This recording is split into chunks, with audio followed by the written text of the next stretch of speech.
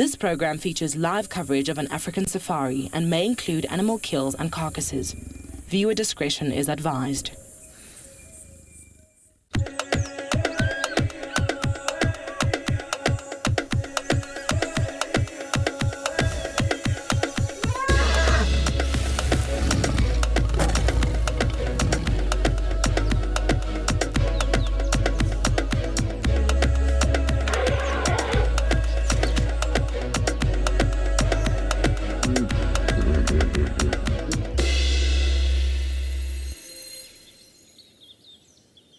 Slowly the eastern horizon is pinkening, then it shall orange, and then it shall yellow, and then it shall be daytime.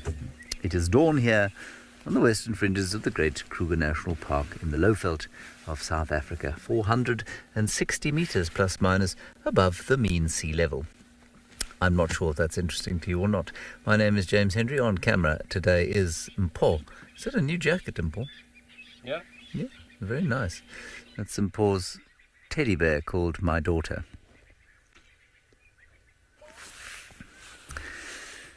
We're sitting here looking at the eastern horizon, just having a listen to see if we can hear any alarm calls or if we can perhaps perceive any sense of where interesting creatures might be today. But because I am not in touch with the spirit of the world like Steve, I can only listen with my ears and not with my inner being. Please do talk to us during the course of this morning. You can do that using the hashtag WildEarth on Twitter.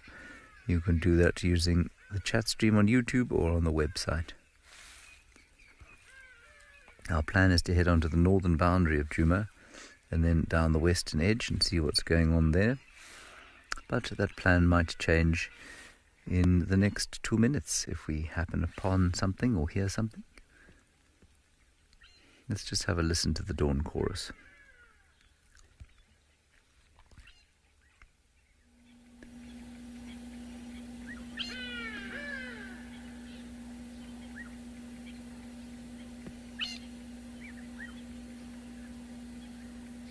You can hear a fork-tailed drongo there going psip.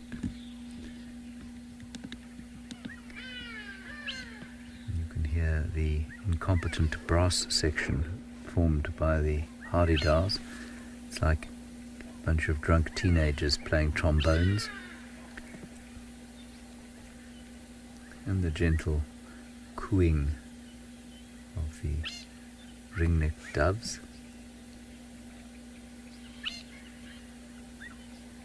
A couple of orioles. Franklins.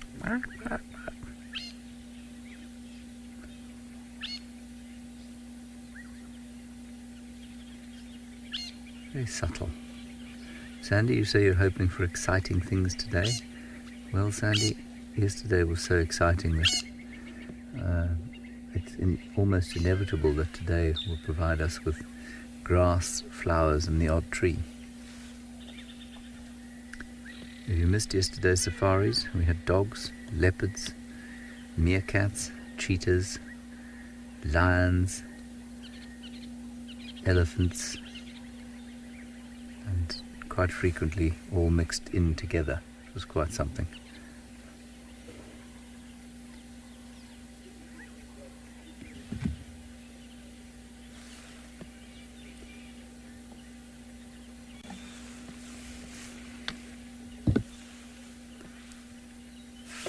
Yes, happy Brit. If we could repeat yesterday every day, I think we'd have a extremely compelling story to tell to the major television and streaming channels around the world for why they should get us onto their platforms immediately.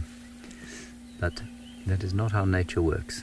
Nature sometimes delivers action-packed days like yesterday, and sometimes it's just calm and wonderful. It's always wonderful, just not always calm. And as we listen to the small fanfare there of Franklin and the gentle piping of the black-crowned shagger.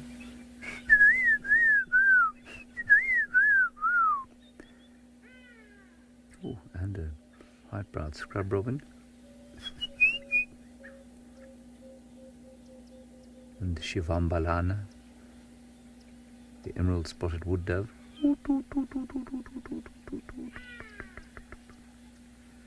And still the drunk teenager on his trombone in the background.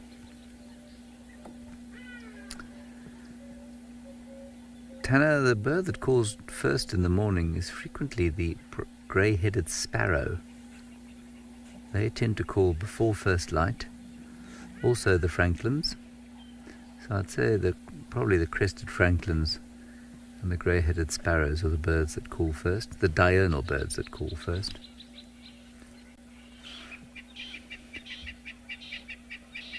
That's them there, the crested franklins.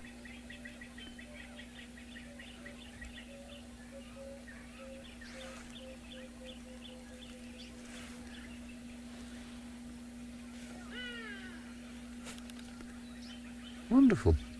I was hoping the golden orb of the sun would just pop up over the horizon while we were sitting here, but I think we're a bit earlier than we thought we were.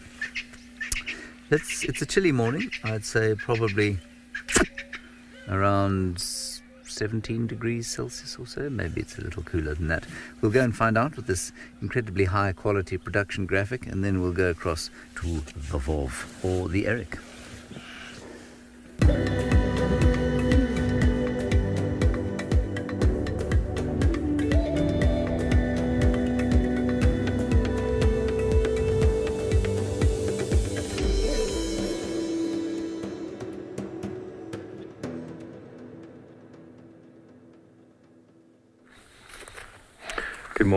Good morning everybody. Welcome to the dawn. I was guessing it was about 15 right now. Nice and fresh. Hello, my name is Steve. I'm joined by Panda on camera. We're out and about in a nice cool gym. I got gloves on, 2 pairs of jackets, a buff. Let's do this. Now we had 3 lionesses lying here last night. God, no tracks. I like it.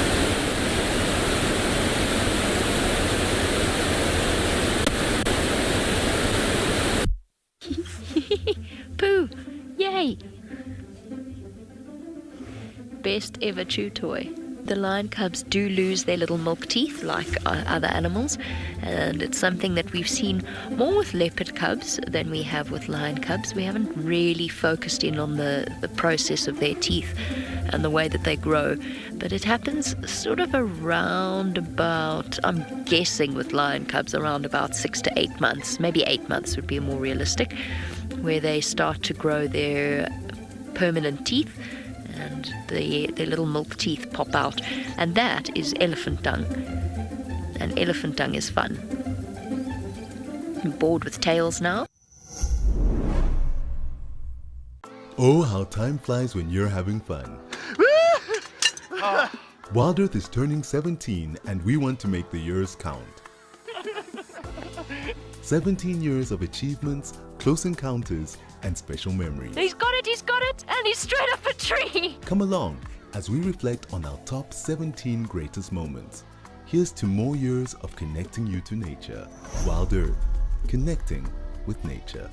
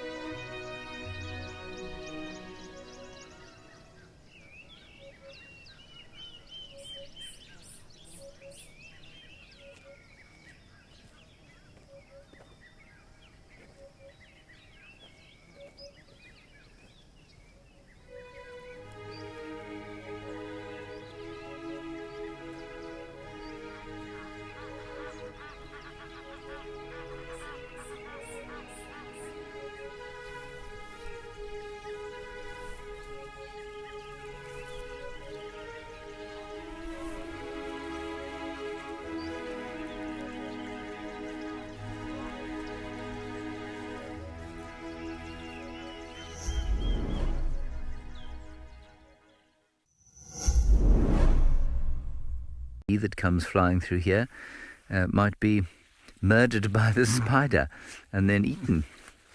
And that level of chaos that we saw yesterday at the macro scale is going on the micro scale probably more frequently and almost permanently, I'd say. And it's always something that I find interesting to think about, because nature gives me such a sense of calm and peace, and yet at some scales it's a war zone, and some scales it isn't a war zone. So I don't know, maybe you're looking at me thinking, what an idiot, what are you talking about? And well, that's fair enough, but maybe you think the same. I don't know. Kelly, you say you love it when we find critters. Yes, I like it when we find critters too, small critters. Yeah, maybe you've just never even thought about it like that, and that's fair enough.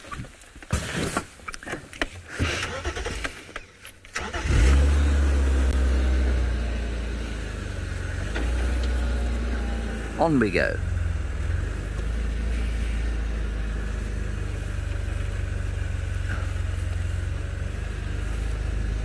All right, now the Vorf seems to have managed to sort out his microphone.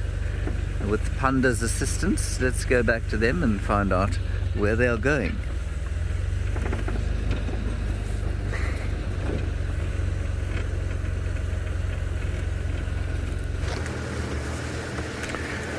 Well, I'm not sure if we've figured it out, but so far so good. So everyone, the lion tracks, there's 3 lionesses were on that junction last night. I don't see anything. Obviously I haven't checked in every angle, but lots of hyena coming from Treehouse Dam into that area, some zebra coming from the west into that area. So I'm just going to do a quick turn around Treehouse Dam and then come back again on the cut line there to where they were, just see if they weren't off road for a little bit and went back on the road at some point. Your whole clan of hyena came up from this direction, and I'm going to go into that area. I have a feeling that maybe they caught one of those zebras. I mean, you don't see lion tracks on the road if they're off-road hunting, so maybe that happened.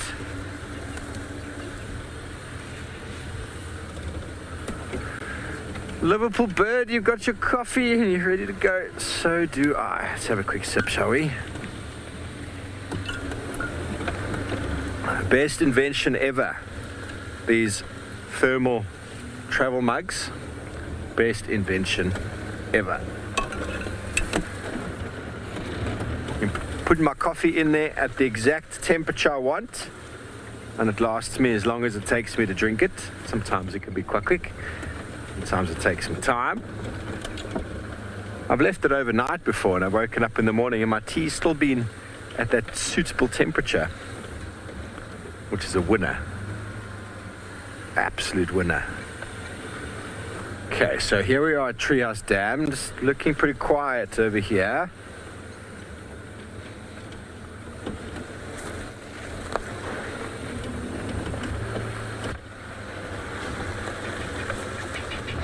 I mean, I had the feeling those lions were going to go west yesterday. They didn't go up Philemon's Dip. And as you came to us there, I was just checking the junction with Rebecca's Road to see if they maybe went up there. There's been a lot of damage lately. Hey, stop it. A lot of damage to these trees. The elephants obviously did the initial damage. And then wind.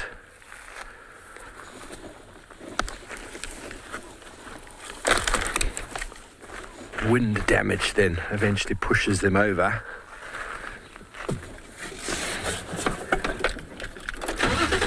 I always move them out the way if I can. People start driving around branches, it becomes a problem. Lazy guides drive around branches.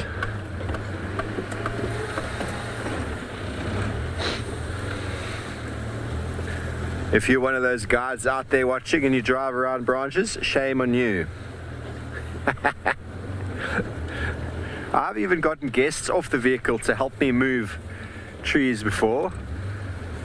guests, students. I once had this group of students at Eco Training, and we had a tree, a proper knobthorn across the road, and I got them to scrum.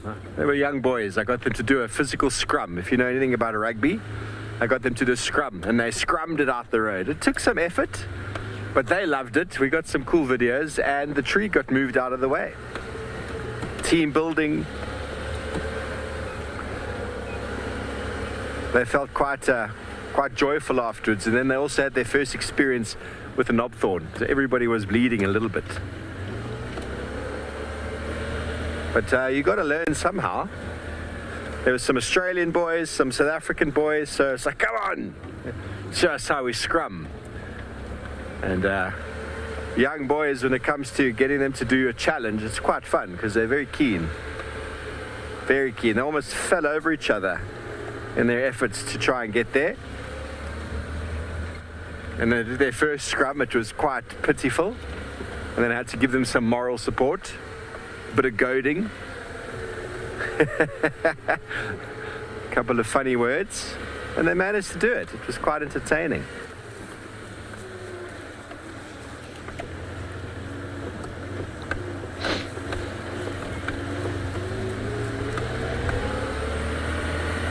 Okay, well, Eric and Morgan are out and about in Amakala. I wonder if it's as cold down there as it is here.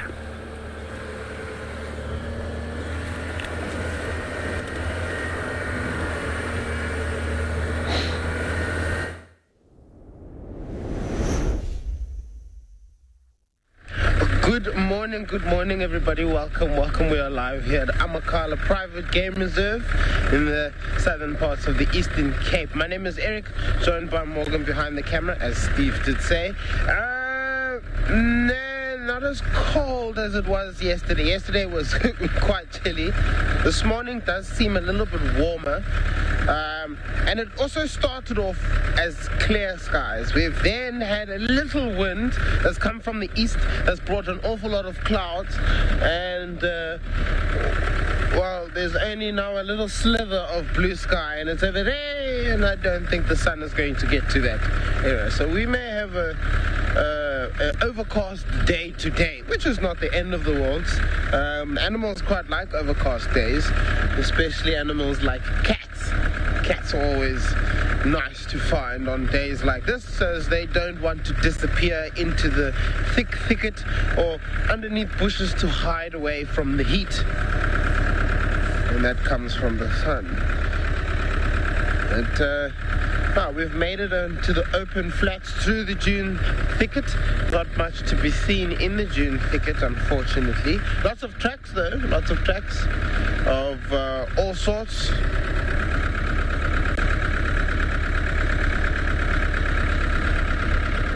Mandy, I'm also ready, just as ready as you are, for a bumble through the bush, in the hopes that we may find something lovely and interesting to show you this morning.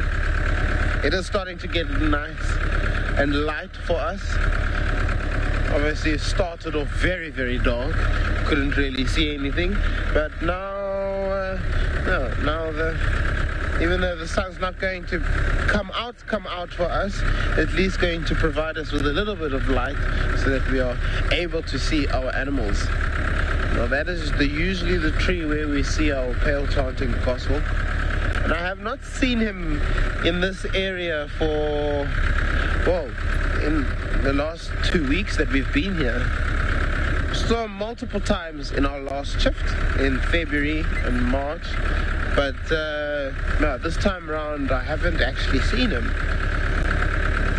So I wonder if he's maybe not moved off to another nesting ground.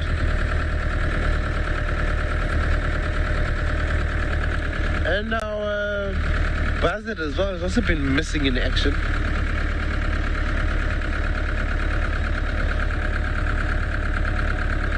A Sunday bumble indeed. I didn't manage to catch the name there, but yeah, Sunday bumbles, never know. You could be surprised by something nice. Not too sure what happened on the eastern side of the reserve. yesterday afternoon, so maybe some of those animals have come through this way. Nonetheless, we're going to try and investigate. In the meantime, we're going to send you back up to Djuma to Steve.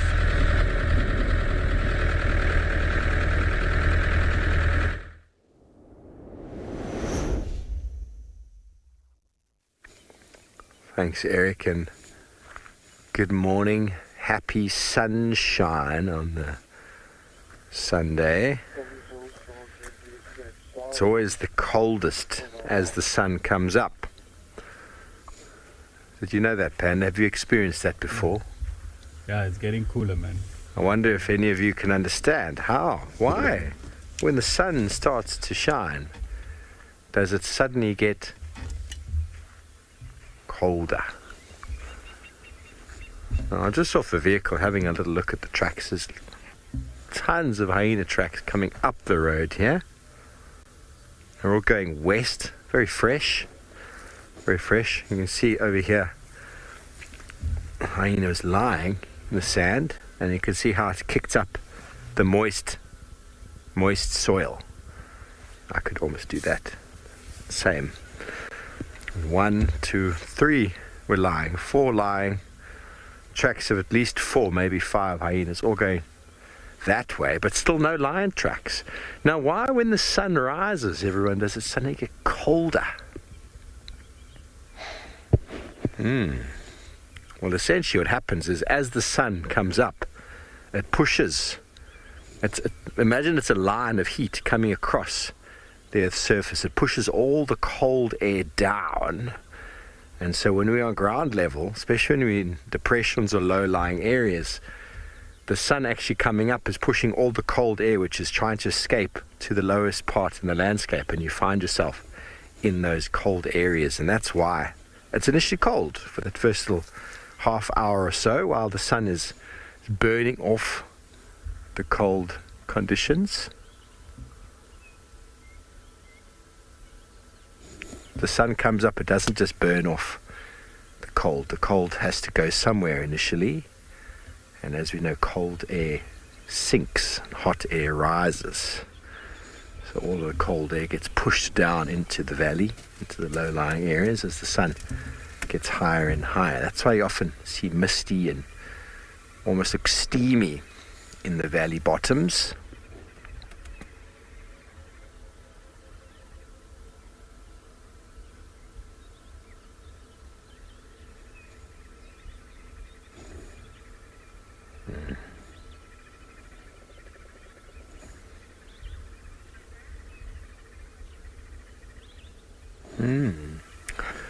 Rachel Berry, I'm glad your grandfather says the sunrise is stunning. Do you think so as well yourself? I think it's quite a beautiful morning.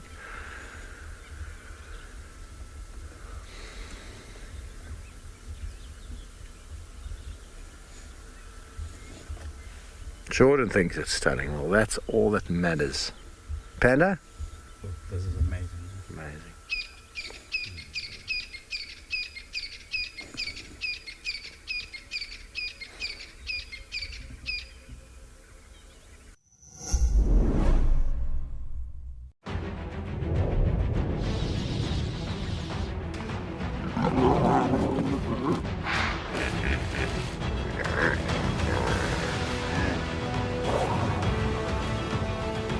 Experience captivating wildlife documentaries showcasing incredible animal behavior for free by visiting lionmountain.tv or downloading the app, accessible on both Apple and Android platforms.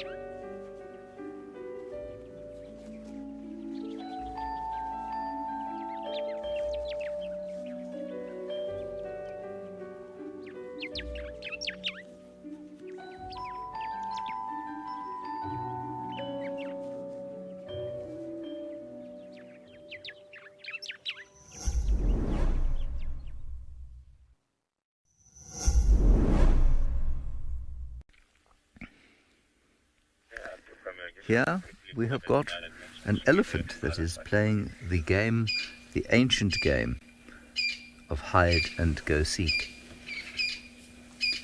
He is currently doing the hiding part and we are doing the go seek part. It's a young bull on his own, enjoying a meal of silver cluster leaf. Let me sneak forward a bit and see if we can't get a better view sort of back towards him. Oh no, come. He might be coming to kill us. There are others just through this thicket. Oh, it's a big herd of 3. Well, and they're just drifting through the thicket here. I think they'll probably pop out behind us. Let's wait and see what he does.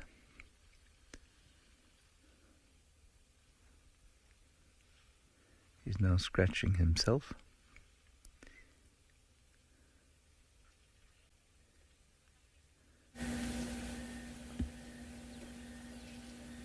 Well, Diana, you say there's nothing like elephants to get the morning started. Yes, agreed. Nothing quite like it. One might prefer to start the morning with coffee, but elephants are good to start with. The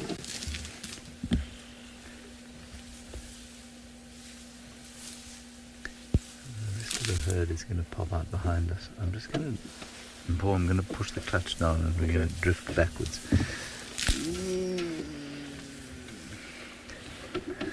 It's me employing the full strength of my very small leg muscle. There we go. Good day, young bull.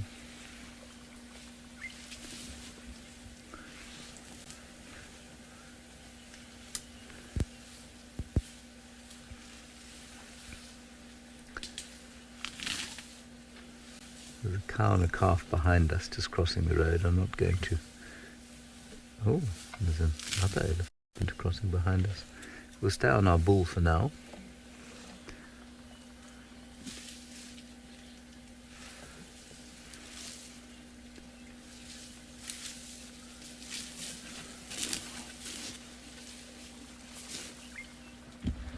Don't be terrified of Paul. Look at that, straight up his mouth.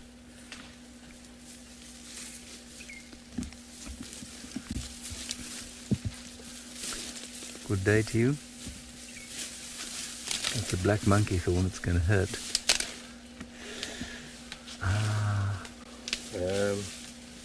Yeah? You want me to go back? Yeah. I think I'm going to let him cross. I know this is not great, but the problem is that if I go back, it's just going to get in his way and he'll panic. He'll complain to his mother. His mother will probably shout at us. Oh, there are lots of elephants behind us now. I've parked in exactly the wrong place. Yes, okay, go across the road. Thank you very much.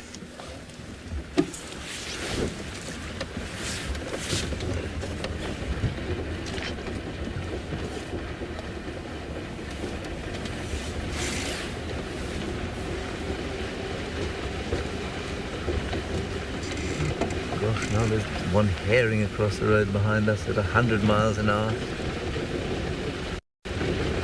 Thank you, Cookie Bombay. So you love my commentary. Yeah, many would disagree, but I appreciate that. They are running now. Why are they running? I can smell a bit musk bull. Maybe there's a musk bull in here. I think it might be worth just going in there and seeing what they're doing. It's a nice herd, nice big herd, probably about 10 animals. All of them elephants.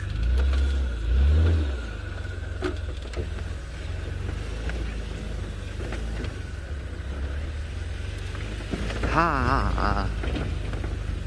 So they've gone running in there. I'm not going to drive off-road after them because it'll just frighten them. Hello Axel, age 9. Elephants are always eating because they're very big and therefore they need a lot of nutrition. They also have very inefficient digestive systems, which just means that they don't get as much nutrition out of their food as you might, and so they must eat a lot of it. The herd is going off in here, but they're looking very nervous. We'll just have a quick look at them. I'm not going to follow them in there. They look quite terrified. Not sure why. If we spent enough time around them, they might relax. But I don't want to do that off-road.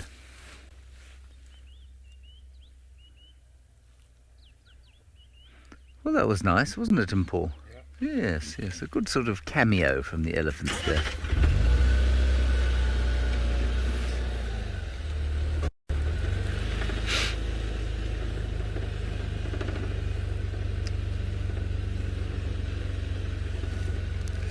Okay, now elephants are ecosystem architects, as we know, and this is going to explain, here's a little explainer for what that actually means. Elephants are an iconic keystone species of the wilderness, and they've captured our hearts and minds like no other.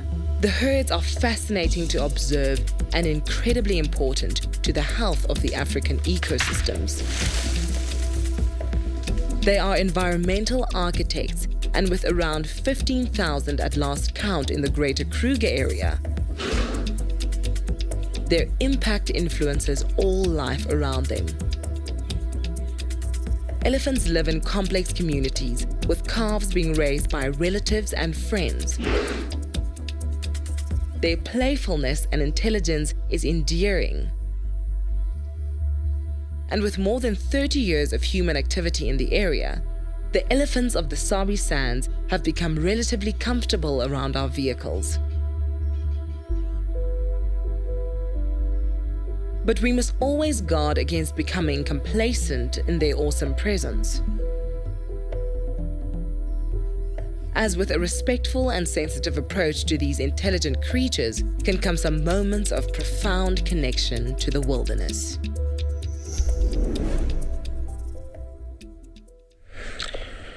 Yes, we love the ecosystem architects. But what we have here is a pair of secretary birds. Oh, this is very, very cool. Every time we've been here, we've only managed to see one. And I've always wondered where the second one is. But, as you can see here, there's two of them, and they are both perched on this specific treetop.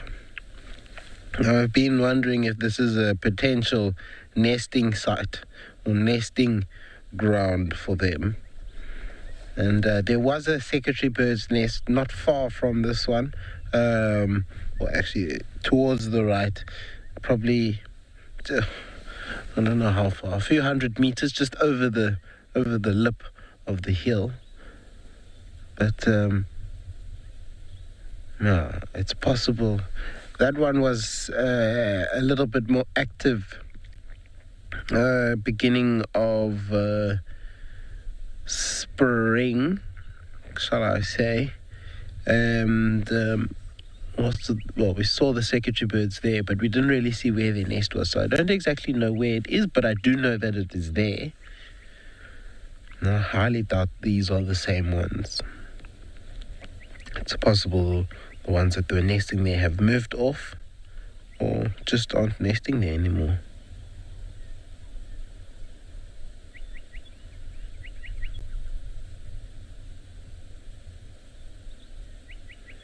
They're busy cleaning themselves, getting ready for the day.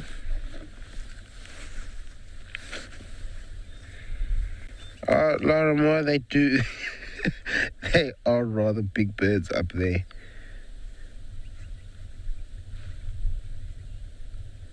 They really are. I mean, for a tree like that, I think it's a bit. I wouldn't say it's too much. Okay, you can definitely. It's obviously holding them up there. But it does look a little too small. Like it does. I don't know. I mean, it should hold the whole secretary bird nest on that platform. I mean, if they're both standing there very comfortably, I think it should be good. But it does look a little bit odd.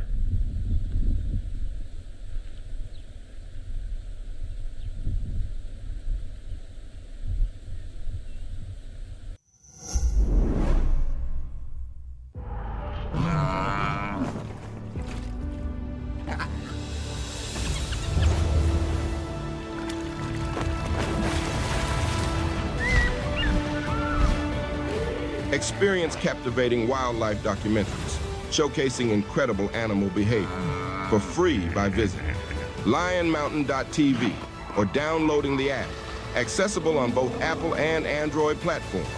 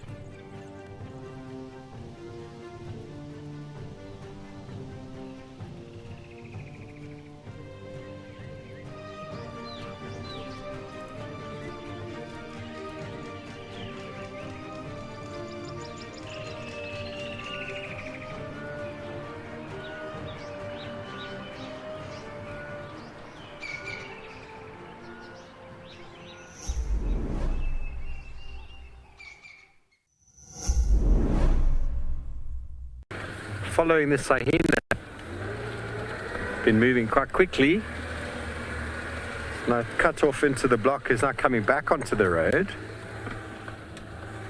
We were about to give up because we lost it, and we found it again. It's very busy, very mobile. Don't know who it is.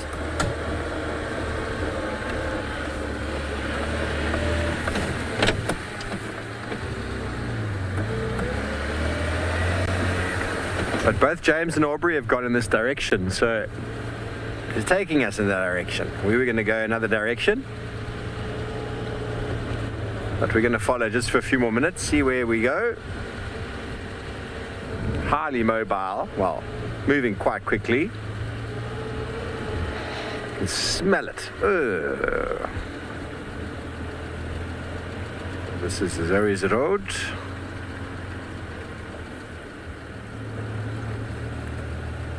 What are you smelling? Hyena? Who are you?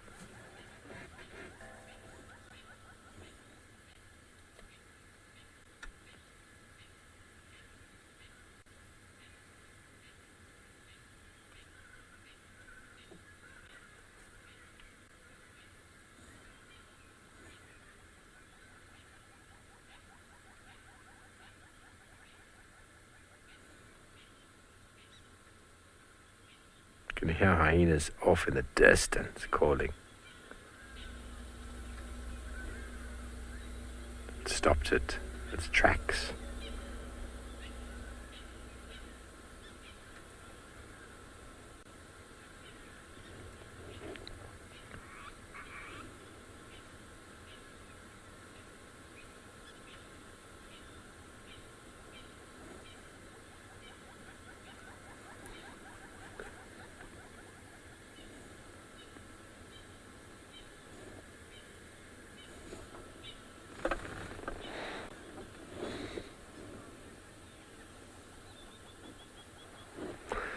Don't know if they got a few little calls, but you know, most of them are contact. Most of them are contact, the deep whooping that they do. There we go.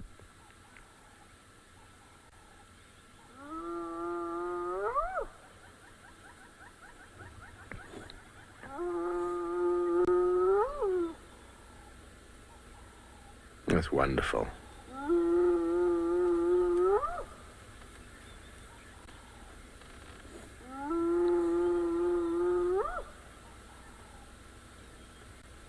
That's the, I want to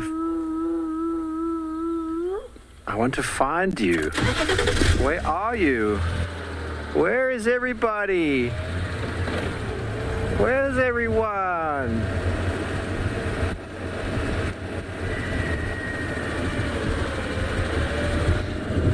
In my opinion, they've all gone that way. But anyway, this hyena knows best. We'll follow it for a little bit longer.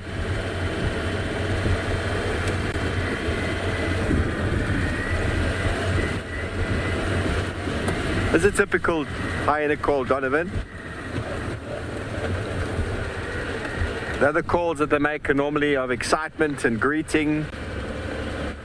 That laughing, cackling. Hey, Shreyas says it's Watson. Good day, Watson. I don't know why I have to say it like that, but I mean, Watson comes with a bit of a posh way of speaking, surely. Ooh, a leopard coming the other way.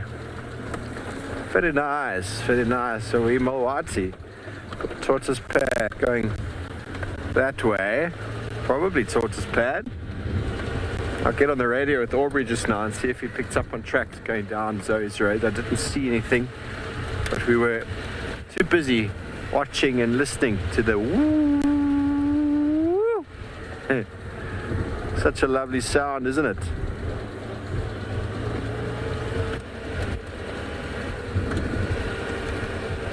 See, so like this, they can keep this up all night. This loping gait.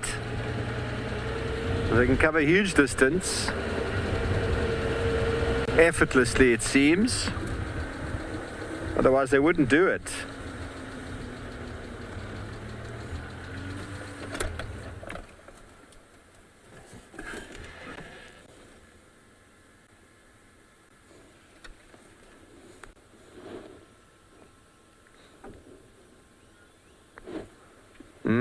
And that's exactly it. Trying to get the acoustics by putting their face down close to the earth.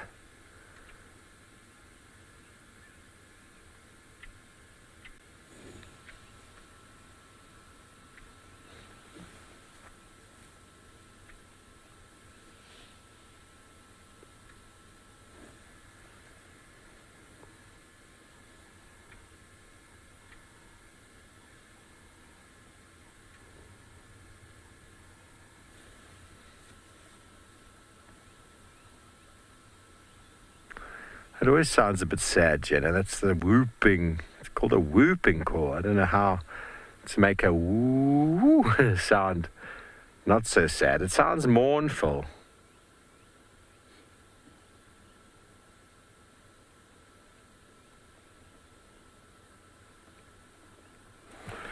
Okay. So, hyena is heading straight up the road. We're going to give it a few more minutes. See where it takes us to. And then these male leopard tracks are looking steaming.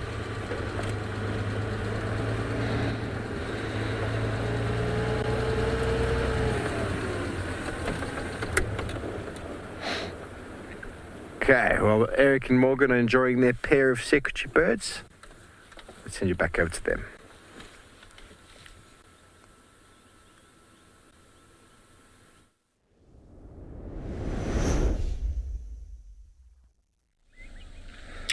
We're still sitting here with our beautiful secretary birds, and the atmosphere around them has truly come alive.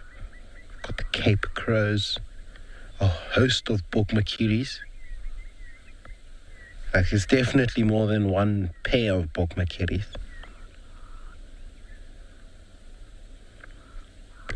Southern Berbers every now and then, large-billed lark.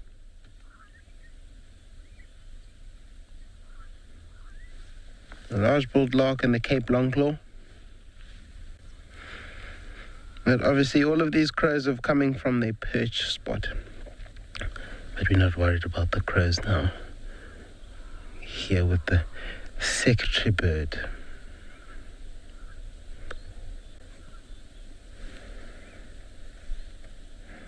Now, these are very, very, very highly intelligent birds. And in the Xhosa culture, they mean something of, well, they're actually more hunters in the Xhosa culture, with their long legs. The supposed to be a knobkiri, which is a big walking stick with a little knob on it, and a spear to hunt with. Oh, and there they go. Set off for their morning hunt. Morning, day, midday. They'll probably be out all day, and probably return to this perch spot or to their nesting ground later this evening, probably around about 5:30, 6 o'clock. Ryan, indeed they can, and they do. If I'm not mistaken, I think one of their favorite snakes to catch is the puff adder, because puff adders tend to have a lot of meat and a lot on them. Obviously, a lot of fat reserves for the puffing up, but they will eat venomous snakes. In fact, most of the snakes that they do go after are the venomous snakes. Your puff adders, your worm slugs, well, not really your worm slugs, your Cape cobras, your rinkels and your scarf steekers, those are all poisonous snakes. Venomous, not poisonous. Fancy playing safari snaps? Or showing off your photo skills in fun competitions? How about sneak peeks of our brand new camera spots and live chats with fellow Africam fans? Well, Africam All Access has got your back. Just head to Africam's YouTube channel, hit the join button, and select Africam All Access. You'll unlock Africam premium website perks and all the VIP benefits of our YouTube memberships.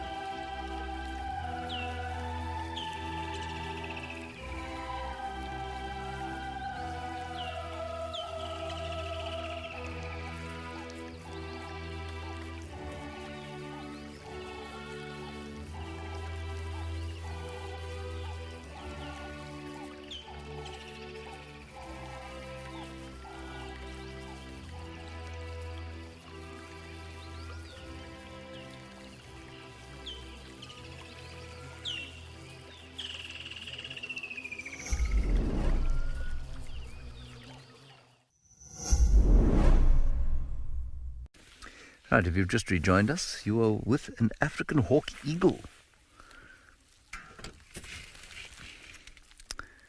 that is surveying the clearings here on the western edge of Djuma, hoping to get itself a francolin, I suspect.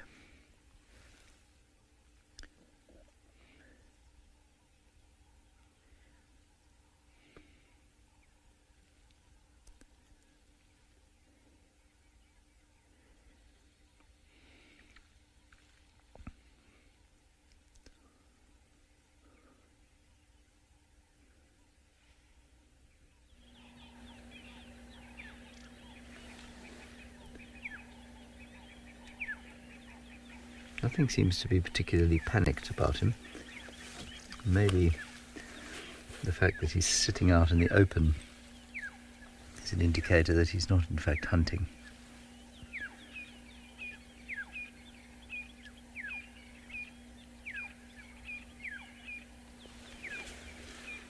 Shall we try and go a little bit closer, Paul? Just to increase the number of pixels available to us.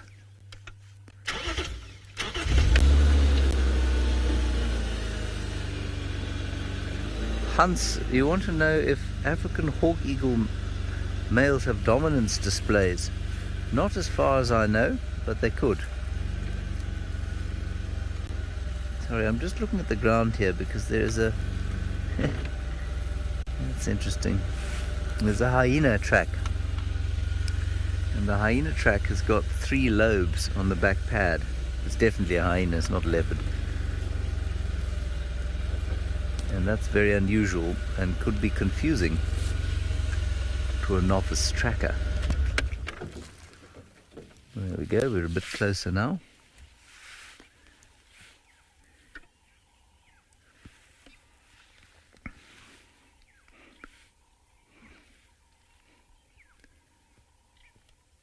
Beautiful.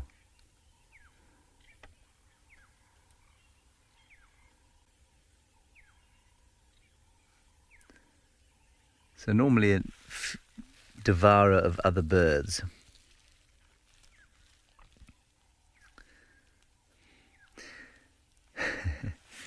Cynthia, African hawk eagle, you say it sounds like an identity crisis. Well, that's an interesting comment, and there are a couple of things to say about it. The first is that, so it's called a hawk eagle because it is an eagle, and hawk is actually a verb in this case. It's not always. And in this case, it's a verb that means basically to grab a bird in the air. Oh, there's another hyena calling.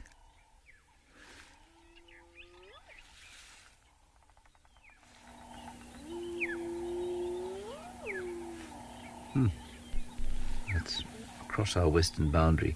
So in this case, this hawk eagle catches other birds in the air or on the ground, so that's why it's called a hawk eagle.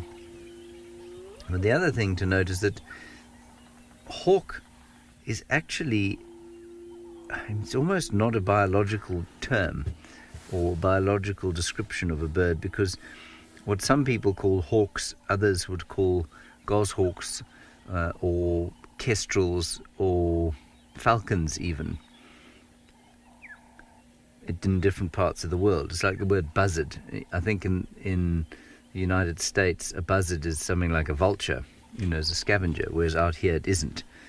So it's quite interesting how we use different terms to describe different birds, or the same terms to describe different birds in different parts of the world.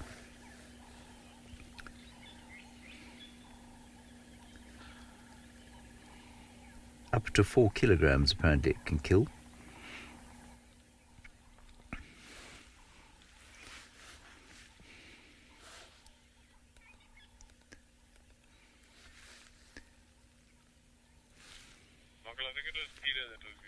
Steve says that hyena is possibly the one that he just left now. I suspect Steve is therefore trespassing somewhere near Simbambili One-Eye Pan. I know he's not, though. Steve, come in. Let's ask where he is.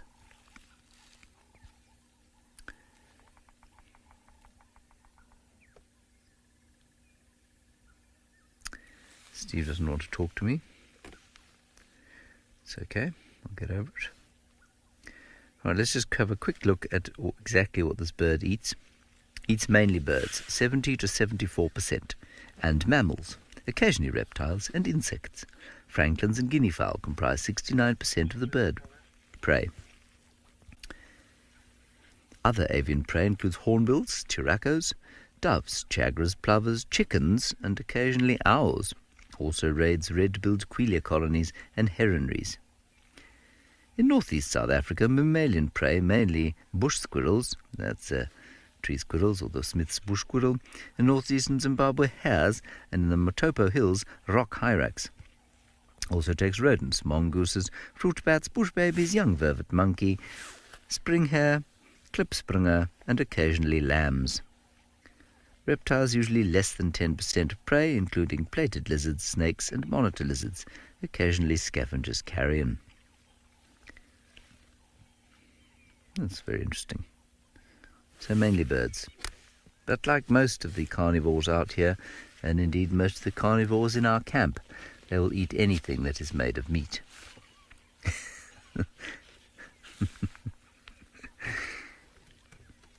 Right. The one bird that this hawk eagle will struggle to overcome, I think, is the one that Eric is about to show you now.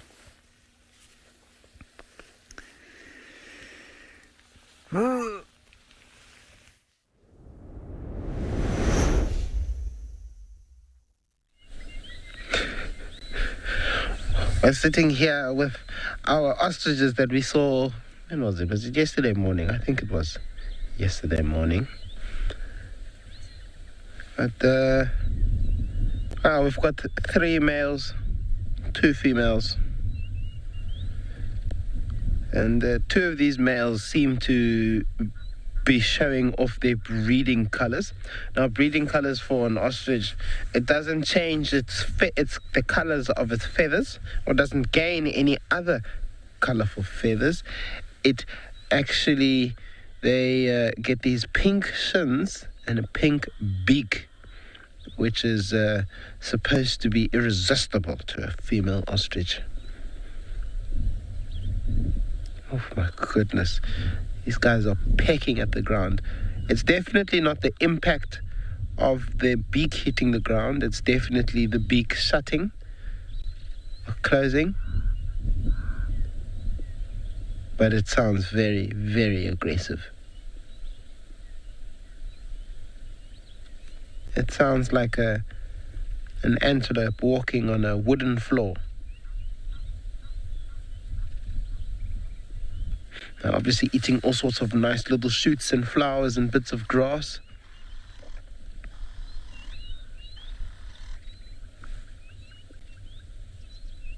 Oh, the birds are going off this morning.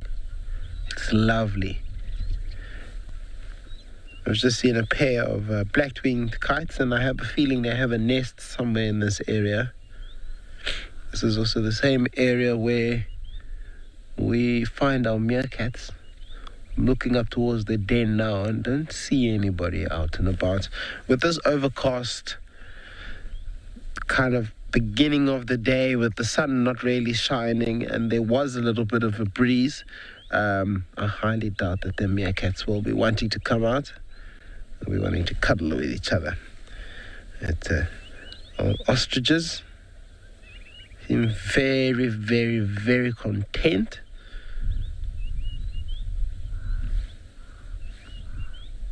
They really are interesting creatures.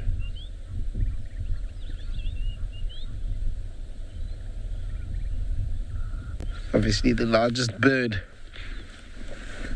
in Africa, and most likely the world actually, currently,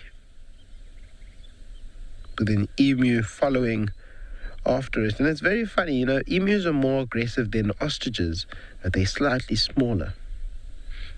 So it's clearly the smaller animals are more aggressive than the bigger ones. This is the same case with a black rhino and a white rhino.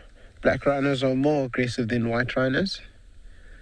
But then you look at something like the elephant, and the Indian elephant is not more aggressive than the African elephant. I think it's definitely the African elephant that takes the cake. Oh, oh, oh, oh. Someone's ruffled some feathers. Everybody's got their tail feathers up. Now, very interesting thing here. Oh, my goodness. That is always scary, I must say, when those females hiss at each other, because it's happened to me once before. I was not touched. I was just chased. I was in the vehicle. But this female ostrich was not having it from us. We were actually supposed to go to view some rock art, and she had stopped us sort of 10 meters just before we were supposed to pull off the road and start walking to the rock art site. And this ostrich said, "No, you shall not pass." And she didn't let us pass.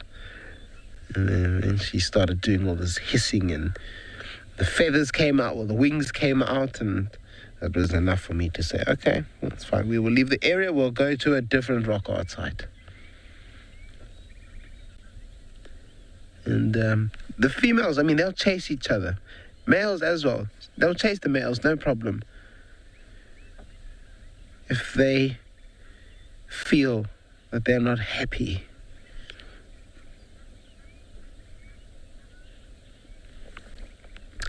Kim, the ostriches, I know in the southern parts of South Africa, they're like in Eastern Cape and the Western Cape. I'm not too sure about KwaZulu-Natal, but I do know that there are an awful lot of places that will have ostriches on their reserves. And then there's also plenty of ostrich farms. I'd imagine it's probably, in the numbers between 50,000 to maybe about 80,000 birds. That is also a bit of a guesstimate, so I'm not actually too sure.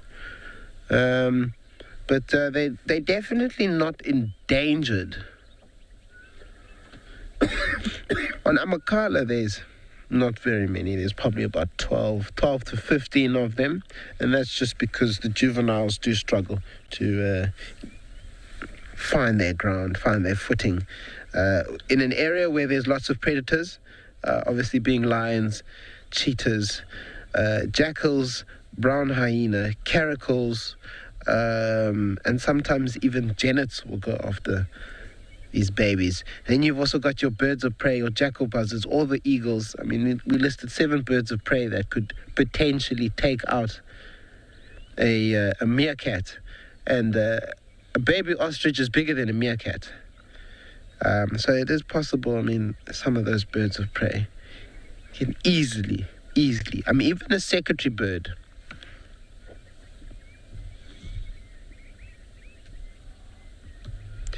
Leah, how do ostriches protect their eggs from snakes? Well, an ostrich egg is incredibly thick, and it's not easily breakable. Some of the eggs, they're so thick you can almost hold it just short of a meter above ground and drop it. Obviously not onto concrete and not onto like really, really hard substances, but onto grass, it shouldn't break. Whereas a normal chicken egg will break just like that. But they don't really. I mean, snakes will come. If the snake wants to go into the nest, the snake will go into the nest. I don't think the ostrich will allow it. And I don't think the snake would want to go into an ostrich's nest, but very possible.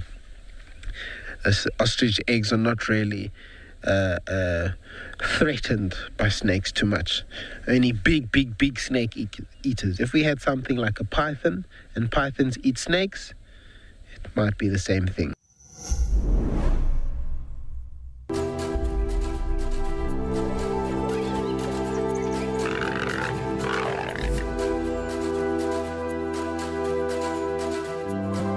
This morning we did have some lions. Cedric's probably going to fall that one.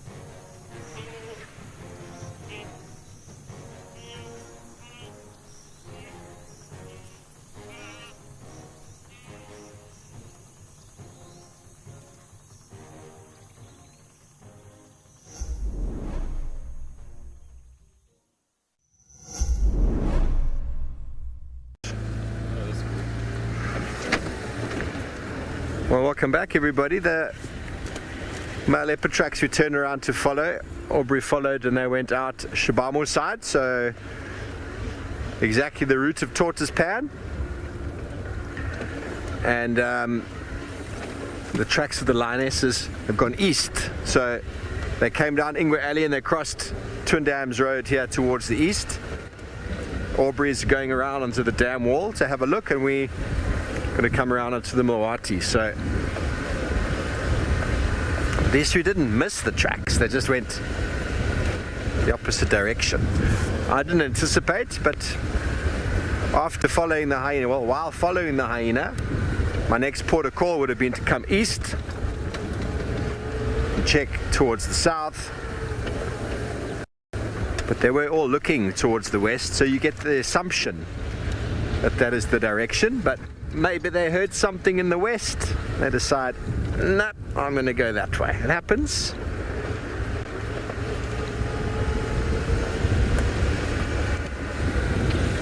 Lovely to hear that hyena calling though, wasn't it? So special.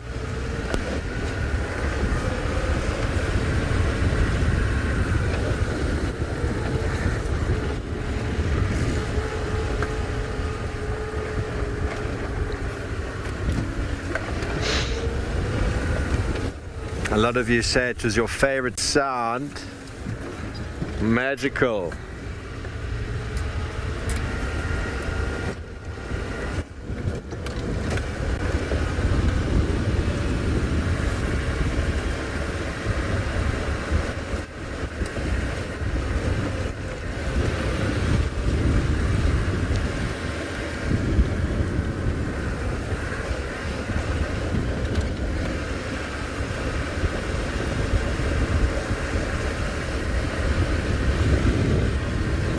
Chelsea, leopards and hyenas will fight.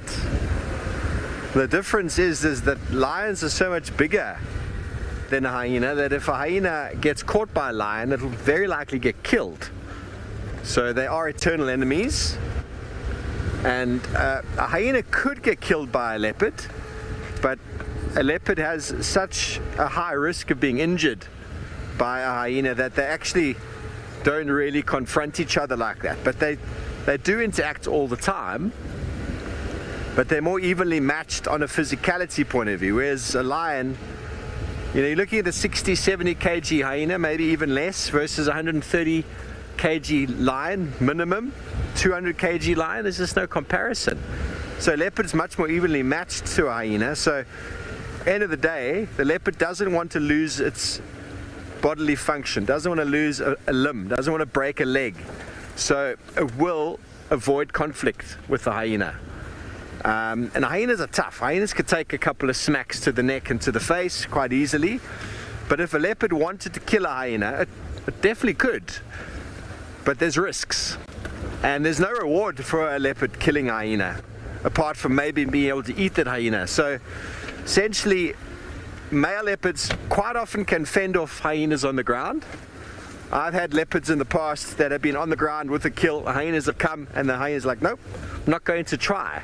But with females, they'll go in and push them off and the females will move. Young males who don't have the confidence or don't have the reputation will also be chased off by hyenas. But no leopard wants to risk being bitten. A bite on a leg from a hyena could lead to a broken leg, and it's just a rather sacrifice the food for that. And so the hyena is only going to compete with the leopard over food. It's not going to do anything to the leopard if it's just lying there, essentially, unless it's babies or youngsters. It also doesn't want to unduly risk itself. But if a lion and a hyena fight, well, it's never going to end well for the hyena, generally. So it's a different kind of fight. One is for food and the other one is for survival. So you'll often give up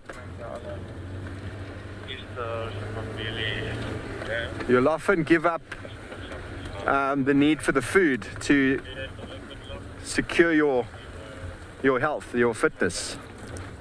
But when it comes down to physical survival, a different story.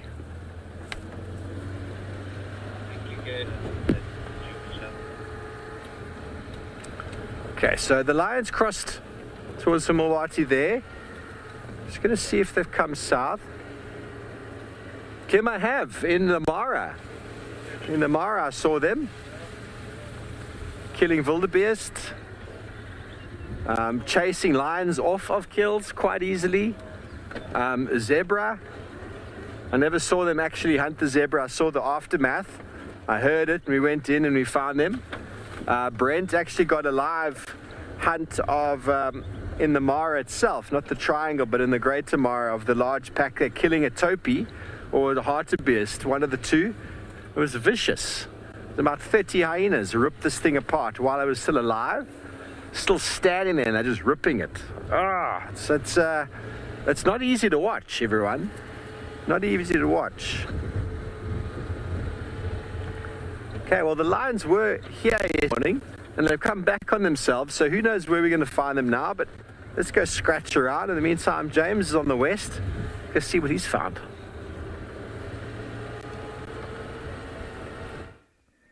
Now, what we have here is an interesting situation. It's a gathering of violet-backed starlings. It used to be plum-coloured starlings, which is an infinitely more attractive name. And it's a gathering because they're about to go north. So you can see the males, which in this light you could just see a little bit of a purplish tinge on them, but they may even look black. And then the browner birds are the females. So there are 3 pairs, at least 3 pairs in that tree. And they're just kind of foregathering before they depart. Their departure must be imminent now, I would have thought.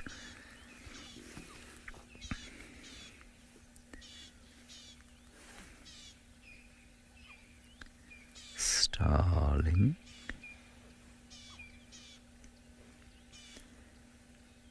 Let me check. Yeah, they should be gone. Certainly by the end of this month they should be gone. Some appear to overwinter, especially in the north of the region. I have never seen a violet-backed starling here in the winter. So north of the region would be sort of the Zambezi Valley, around that area. The magnificent Zambezi Valley. Don't know if you've ever been there. You should go. And it's an intra-African migrant, so it goes off to tropical Africa. Calvin, what determines the direction a bird will migrate? I'm not sure how to answer that. Do you mean how do they determine it, or what determines it? So, any bird that migrates, or most birds that migrate, go from a cold area to a warm area, and it's not so much for temperature, but because the warmer area is likely to have more food. And so they move from the cold area where the food, especially insects, has decreased, to a warmer area where the insects are just emerging. And so if you're in the northern hemisphere, there's another one that's arrived. Your direction is going to be south, and if you're in the southern hemisphere, your direction is going to be north. So that's what determines that. Then you do get altitudinal migrants, and that's kind of based on the same principle. Where there's more food, the birds will go. Right, I hope that answers your question. Let's head down to the Eastern Cape, where something much more substantial than a violet-backed starling has made an appearance at Amakhala.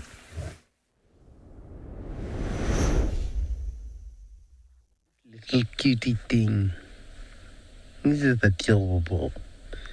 This is a little baby white rhino and mom.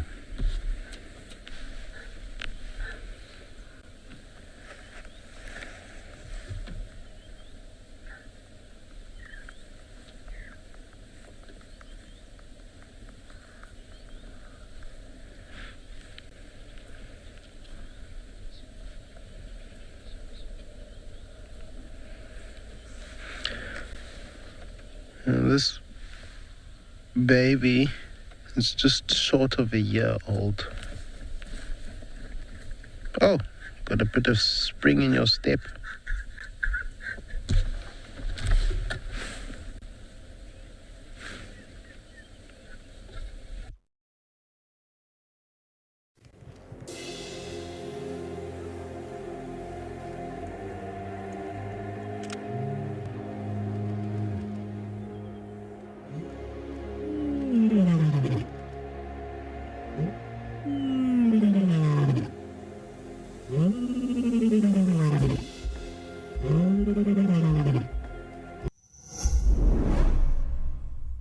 In two magical African wilderness areas, the Masai Mara in Kenya, the Great Kruger National Park in South Africa, 5 expert safari guides follow a cast of compelling animal characters and the never-ending stories that define their lives. The Cat Report documents real stories of real predators, as witnessed and captured by a band of obsessive wildlife filmmakers.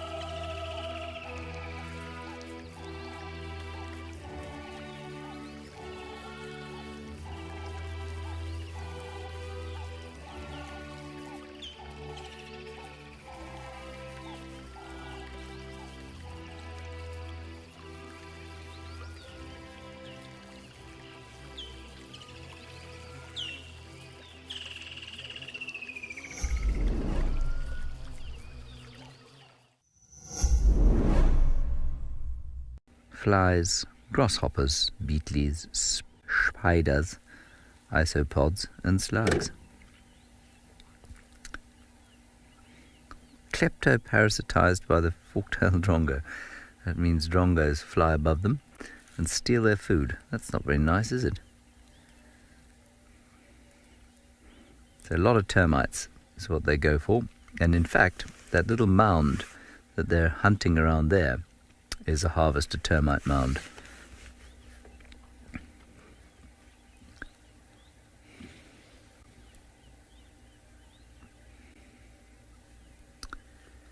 Yes, it's not very nice of the fork-tailed drongo to kleptoparasitize. It basically just means steal. We have a lot of politicians in this country that are kleptoparasites. Probably in many countries, actually. We have a vast swathe of kleptoparasites who operate between Pretoria and Cape Town. Hordes of kleptoparasites.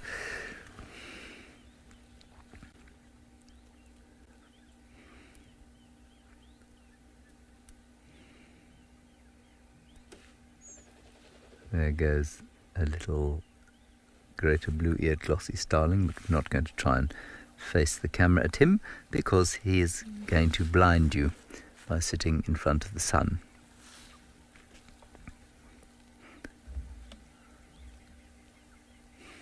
What a peaceful little scene.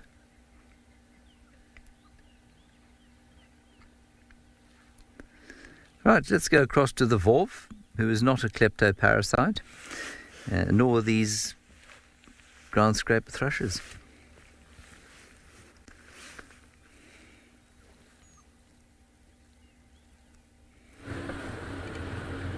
Oh, thanks, James. I'm so glad I've got your stamp of approval there. I'm not a kleptoparasite, no. European bee-eaters are still around, which is nice. A couple of them flying. They're very difficult birds to get on camera when they're flying. It will make you all quite ill if I get Panda to try frame them. You can hear them calling. So Aubrey's checking Vulture's Nest, which is the one coming down, and we're checking Yellow Road South, which is the one that sort of crosses. So no track so far. Ooh, a lovely track, that one though. Been seeing a lot of this around lately. I drove on it just slightly, but I think this will be good.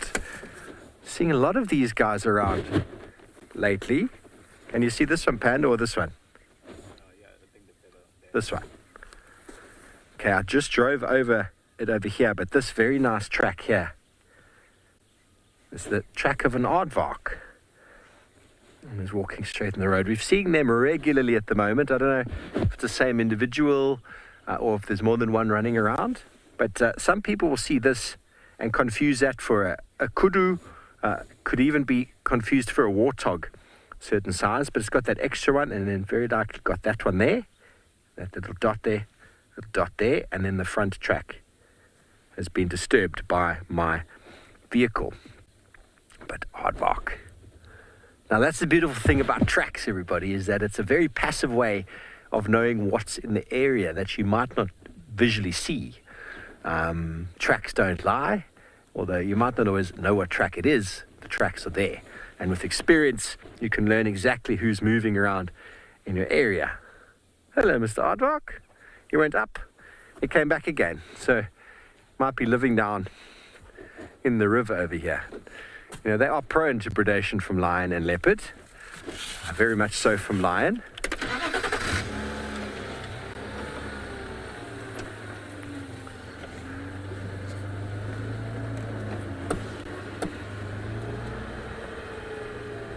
Cooksters, thank you. I always like to find an aardvark track. We've had a few over the last 2 weeks. I'm quite happy. They're not endangered or anything. They're just very hard to come by. The aardvark, ecosystem engineer. They create dens and burrows for so many of our animals. Without the aardvark,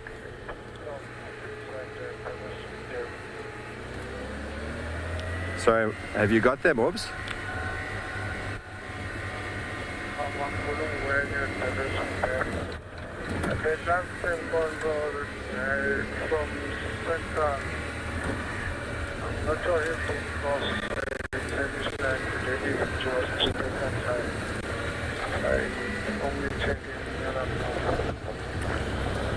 Okay.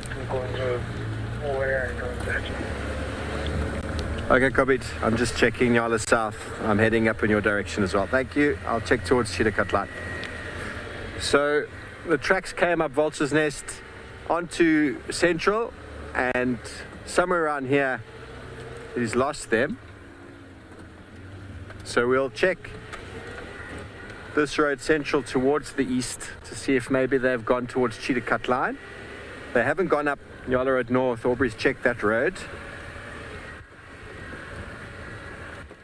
We tracked our male lion all the way from the dam yesterday along here and east.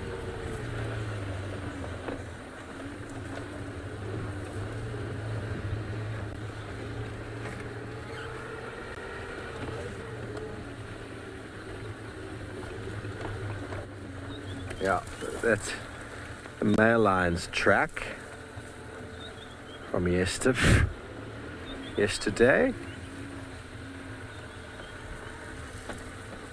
Okay, well, James is enjoying some elephant energy this morning.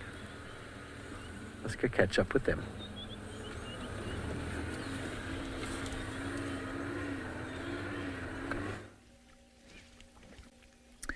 I am enjoying some elephant energy this morning, Wolf.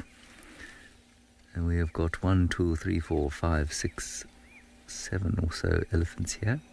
Big cow just having a little spa day by flinging dirt on herself. And 2 youngsters are disturbing the spa by having a little fight next to her. I apologize for the quality of the light, but it is because we cannot park the other side of the light for them. Many of you are asking about Maritre, the young male leopard, and whether or not we'll get an update on him. We will. Well, we'll try. Steve or I, most likely Steve, will go into that area soon and go and see if we can find him. I know the Sabi Sands has been looking for him this morning, but they cannot get that big Land Cruiser of theirs into where we saw him yesterday. So they've asked that we go and have a look, which we will do. And remember, if we don't find him, that's not necessarily a bad thing at all. And the other interesting thing, just for those of you who are, if you're a new viewer and you don't know what I'm talking about, a young male leopard we found with a snare around him the other day in bad condition. The vets immobilized him, took the snare off, treated the wound, and fed him an impala, probably without the impala's permission. And he, yesterday afternoon, was in a tree with an impala, so he can climb. But what is interesting, and what I didn't tell you yesterday, is that apparently, we saw, while we were there, we saw the impala's horns fall from the tree. So he'd broken open the skull and the horns fell down. And those are the horns of at least a yearling, if not sort of 2-year-old impala. And we spoke to the Sabi Sands warden, and she said that the impala that she gave to him was a youngster. And so that impala in the tree there was either killed by Tlalamba and hoisted up there, so that's the territorial female of the area, or it was killed by Marips himself and hoisted up the tree. So that would be the best possible kind of outcome.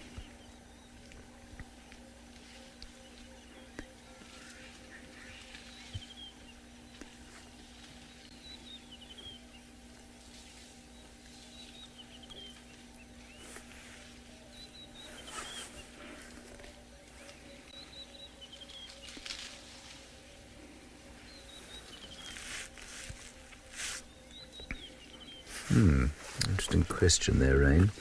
You wonder if this elephant is expecting. In other words, is she pregnant? Expecting. I wonder where that euphemism came from. So when an elephant is expecting, you can't really see it at the base there. So, this is a middle-aged cow, and you can see that from the sort of shape of her body. She's got a very kind of rectangular shape as opposed to a hollow back with a rounded bum and a rounded tummy.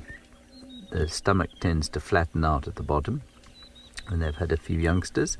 But a pregnant cow, normally you can see it actually, the calf sits quite high, and you don't see it at the bottom of the stomach. You see it sort of just below the loins.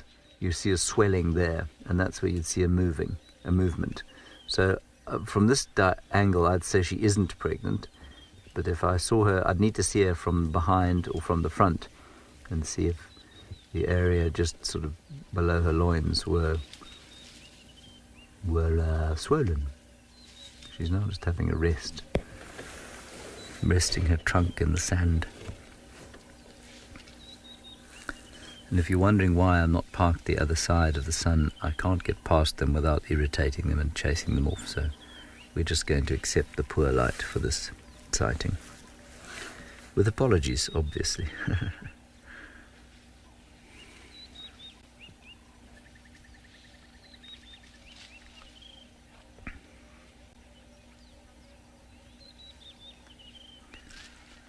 Dark man lover, you say Ellies. You love these magnificent creatures. Well, yes, they are magnificent, and we love them much. And I especially love them when they're all around. I've had a few sort of afternoons like Steve had yesterday, where he spent basically 3 hours with one herd of elephants in one area. And yeah, it's a very rewarding thing to do. If they're prepared, if they're just milling around one relatively open area, oh, it's great. It's the most calming thing, most healing kind of experience.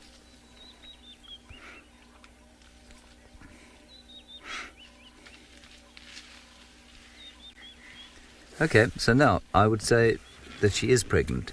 So look there. If you look behind, you can see a swelling. No, hang on, wait. I'm going to wait for it to turn fully. I think there's a trick of the light. It's possible she's pregnant, but do you see where she's swollen there? That's actually quite low down. Maybe she's about to pop. I don't think so, though. It's definitely a slightly odd shape, though.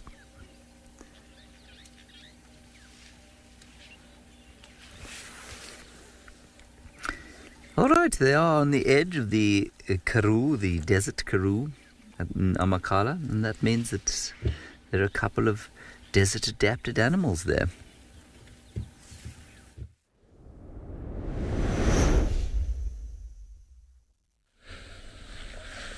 Ooh, pregnant elephant, that would be nice. Baby elephants are amazing. But no, we apologize. We're not too sure what happened when we were sitting with the rhinos. We thought our signal was good. Evidently not. We are now here in the basin, and we're having a look at some gemsbok. Now them and the impala, pound for pound, I think are the most beautiful animals. Well, the prettiest antelope of them all. I definitely think it goes gemsbok, impala, and then everybody else. Or gemsbok, impala, kudu,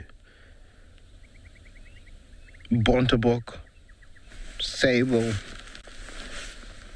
But no, gemsbok are gorgeous, gorgeous antelope, and they an antelope that can live literally anywhere.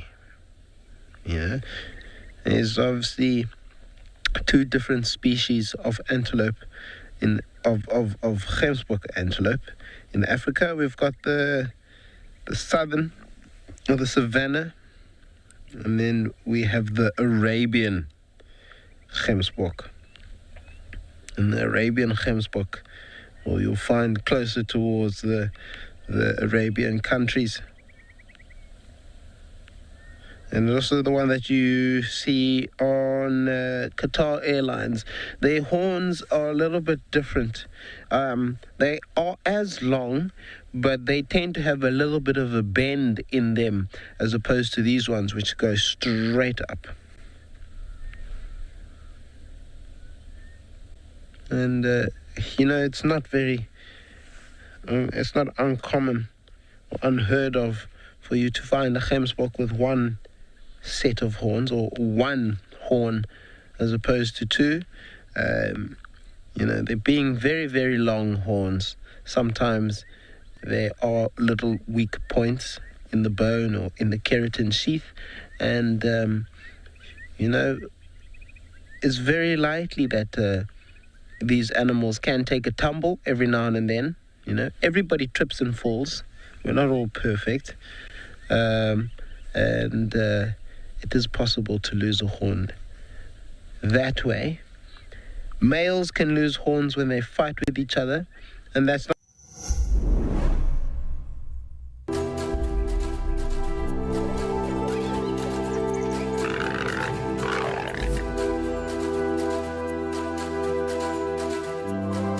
This morning we did have some lions. Cedric's probably going to follow that one.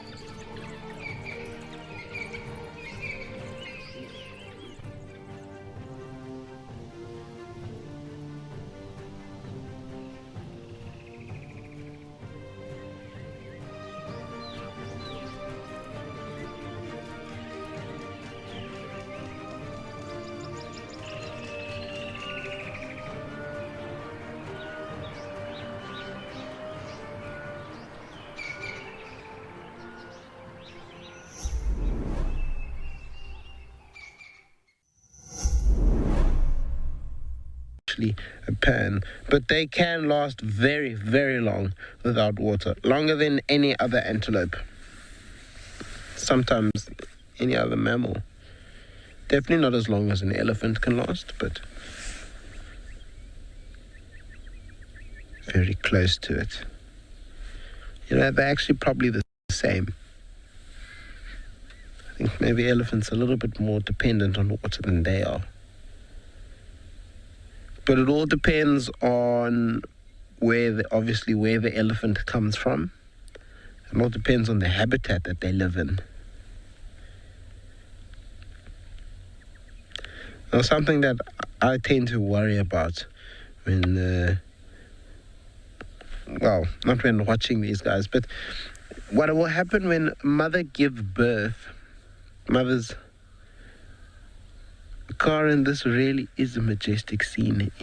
Indeed, wow. And they're very, very content. But when female gemsbok give birth, obviously they'll isolate themselves from the herd, but not too far. And they'll feed their baby. But they will leave the baby in the thicket and they will go back to the herd. Now, the herd can possibly be a kilometer away, max, if that. Most of the time, they'll probably be like a good 500 meters away. They will leave their babies in the bushes, and they will occasionally come back to feed them. And this is obviously to evade predators. They don't want predators to see that there's youngsters in and amongst the herd, because, well, that's what predators will go for. Predators go for the young, they go for the old, they go for the injured, and they go for the sick. If they can see there's youngsters there, they're taking a chance and going for it. And obviously, these guys don't want that, so they isolate their babies. Kudu do the very same thing with their young, and they generally will bring them into the herd or into the group at about 3 to 4 months old.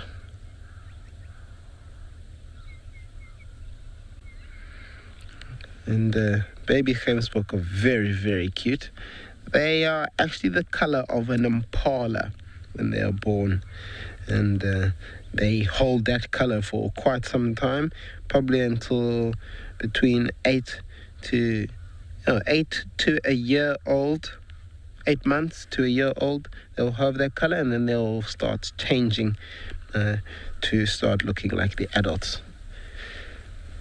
And most of the time, if you see these brown babies, you won't really see them watching you. You'll see them hightailing it across whatever patch of grass or field or wherever it is that you discovered they were, and they'll be obviously running away, trying to hide.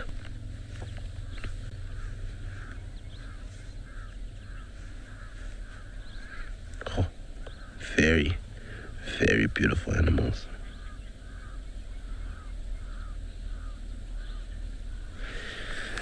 The gemsbok has a very special meaning in the habibrit. Yes, very, very aggressive horns. They have a very special connection with the Bushmen have a very special connection with the gemsbok, the Khoisan.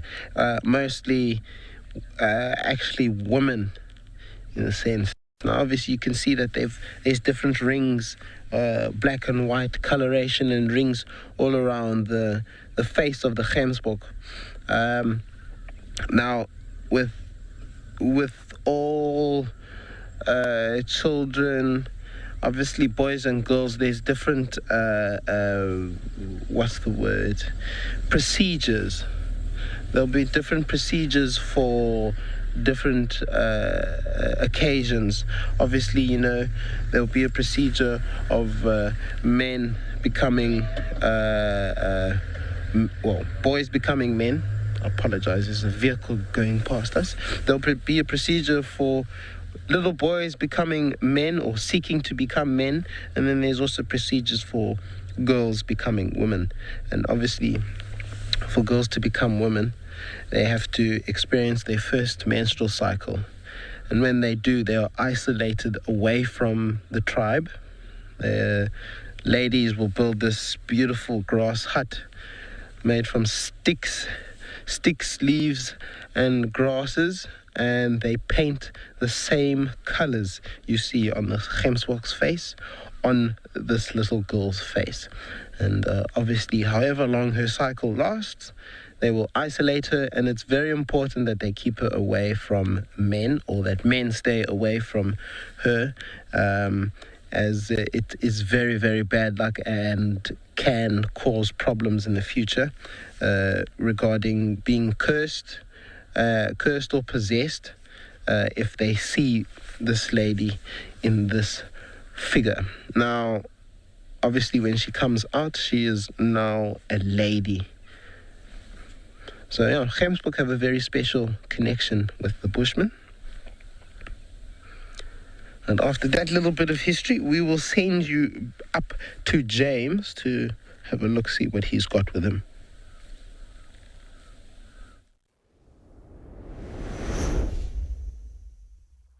We have come to the dam or current home of Dewey, the country house of Dewey the hippopotamus. I don't recall why he's called Dewey, but he is the hippopotamus that plays with sticks. Yes. Hello. Yes. What a clever boy.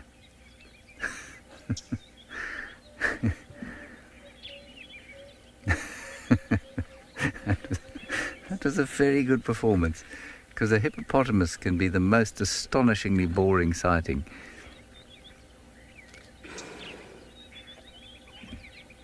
Good, thanks, Dewey. That was a nice job. Then I'm going to point out a couple of bird species. Do you see under that guarri bush there, Paul? Yeah. There are two water thicknees. A pair of them. See them there? Shop, yeah. You shop. So those are water thickneys. Excuse me, I've got a frog in my throat. Water thickneys, and there's some other birds in that bush. Ooh. And some elephants calling in the background.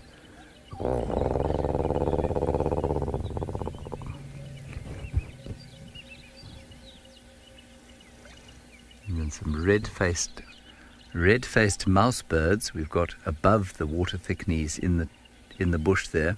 I don't know if you can get them. They're pretty small and flitting about.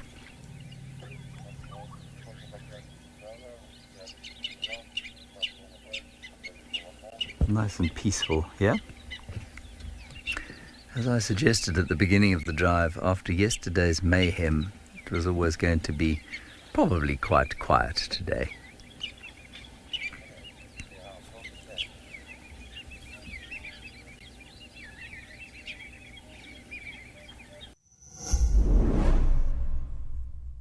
We have an exciting announcement. Wild Earth is launching a YouTube membership program. For a nominal monthly fee, members get an ad-free channel, prioritized questions, early access to videos, and many more perks. You'll get fun features like badges and emojis that'll make you stand out in the chat. YouTube memberships will help us to continue with our mission of connecting people with nature while giving you access to lots of our amazing content.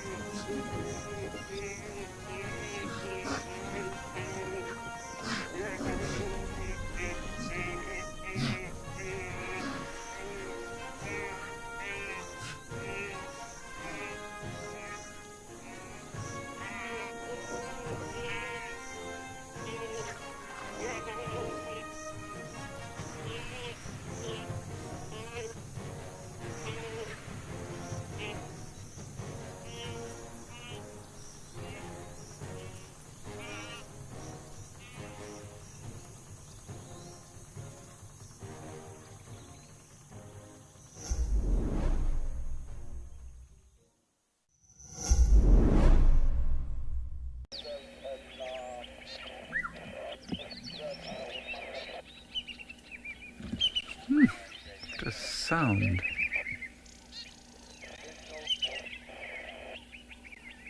A chorus of loveliness.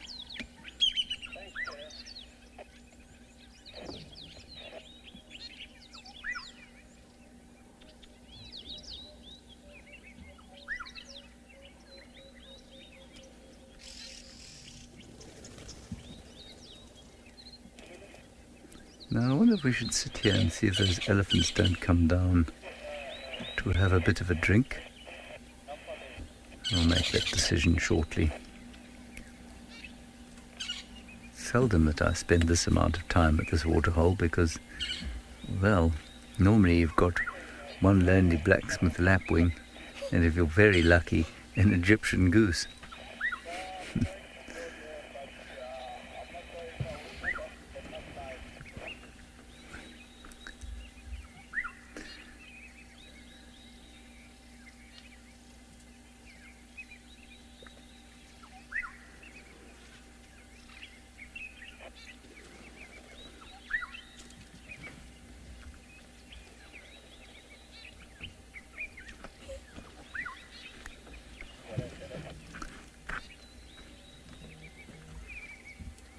Welcome back to those of you who have just rejoined us. I will tell you that the Wolf is now trying to find Mariepse, so we'll give him some time there. We won't pressurize him into any sort of a segment until he has a report from that part of the world. We're currently enjoying a great little birding session here at Treehouse Dam, a Sunday morning calming session. Here come the elephants. See, just down the inlet there. There we go. Very nice. Good news. We've been sat here waiting for them, so well worth the wait. Oh, that's lovely.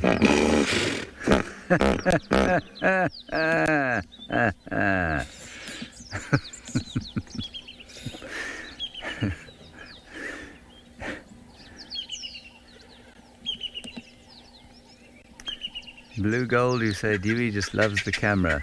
Well, he might. I always get the impression that a hippopotamus is not born of great intellectual prowess. I feel that they generally seem to go about the world in a slightly confused state, not knowing whether or not to be aggressive or calm or amusing or angry. And the world passes them by and they observe it with a general state of confusion. That's just the vibe I get from them. It's probably wrong. Here come the elephants talking to each other. Oh, that's gorgeous. That's a really nice shot. I might have to get my camera out. I've been standing outside of the vehicle stretching my small leggies. Let me get my camera as the elephants come down.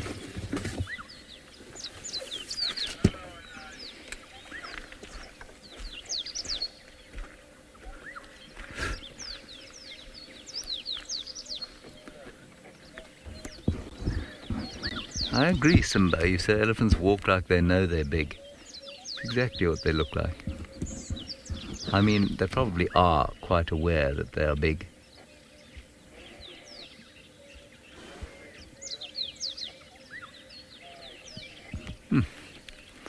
That's a nice, peaceful, calming scene.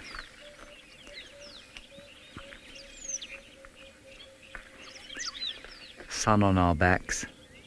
Elephants coming down to drink. The only thing that I need now is a delicious bacon and egg sandwich and a hot cup of coffee. And Paul, would you like that? Absolutely. Now, if you have just rejoined us from an advertisement break and thought to yourself, good grief, how irritating that advertisement break was, Well, we have a solution for you. You can join our YouTube channel. Just go to YouTube, to the Wild Earth channel, click on join, and if you join our YouTube channel there, it will be extremely useful for us, and I suspect a much more pleasant viewing experience for you if you're watching where you have to get adverts. Also, if you are watching on DSTV, it's quite likely we're going to come off DSTV at the end of the month, and it would be a great idea for you to migrate across to YouTube. If you've got a smart TV, it's a very simple process. We've posted a number of instructional videos on our social media, which you can go and have a look at, and you can continue to watch for 15% of your current rather exorbitant DSTV fees. So join our YouTube channel, please. That would be great. We don't want to come off DSTV, but it looks like we might have to. And if you would like to keep us on DSTV, then think about signing the petition, which we'll tweet a link to now. This is just wonderful.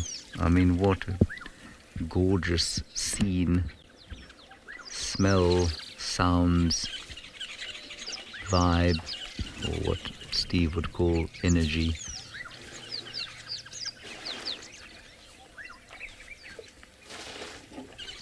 Little herd of 4.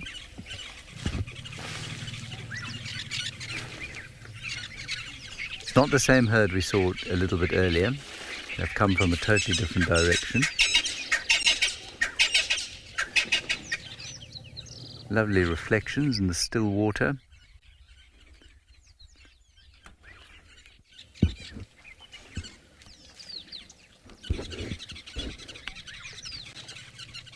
Oof, they've got a lot to say to each other.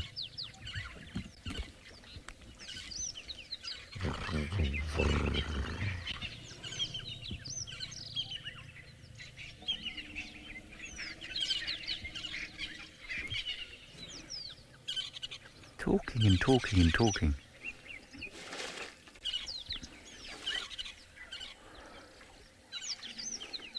If it's too... Oh, here comes the big mama. Here she comes. Oh, I've only got the big mama.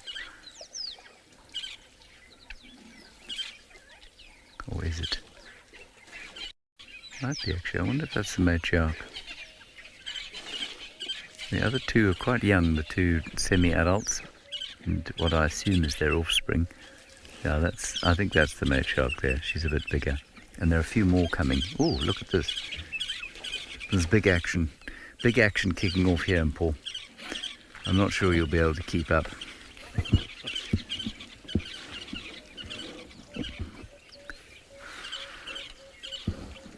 Anna Marie, you say it wouldn't be a complete drive without seeing at least one elephant. So relaxing. Yes, it is relaxing. It's always a pleasure to spend some time with some heffalumps, especially when they're framed so beautifully by the greenery behind them and the tree and Paul generally.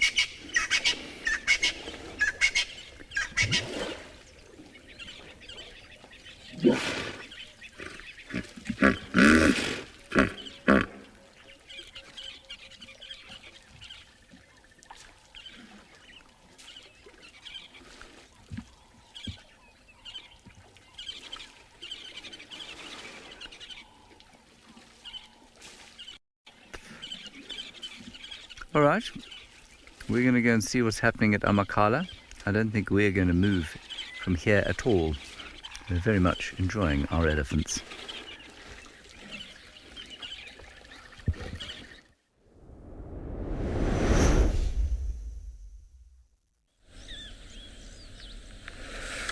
Have a look here.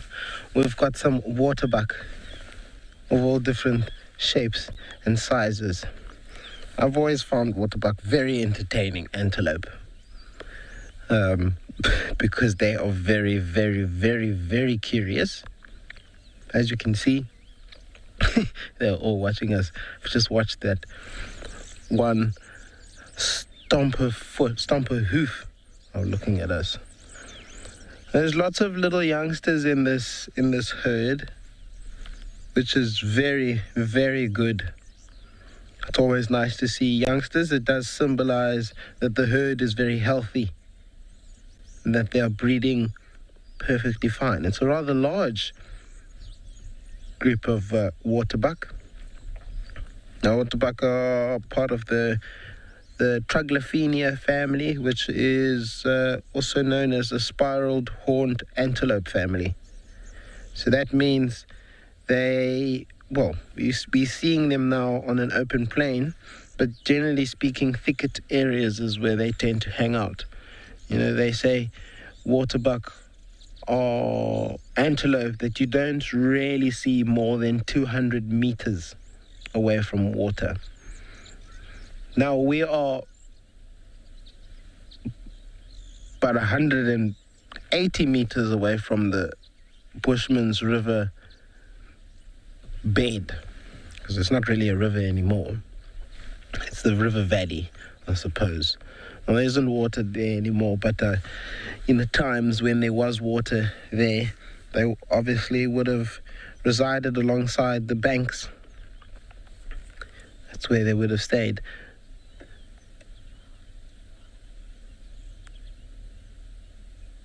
Now, being an animal that lives close to water, there are some benefits, but there are also some negatives to living close to the water. One, well, other animals have to drink water as well, and those animals can also be predators that come down to the water, so you can not necessarily get trapped down by the river, but you can have unwanted visitors.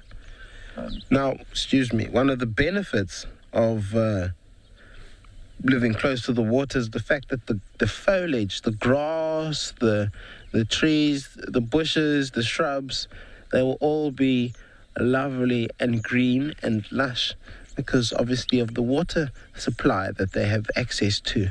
The soil will be nice and damp on the banks and the outskirts of the river.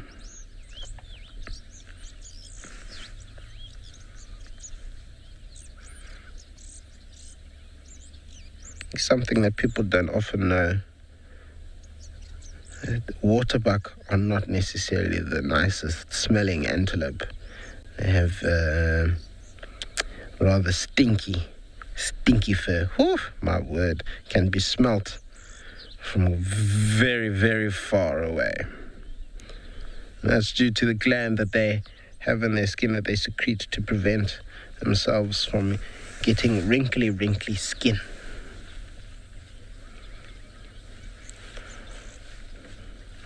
Anyway, that was pretty cool, very nice. We are now going to send you back up to Djuma, and we are leaving our waterbuck to their devices.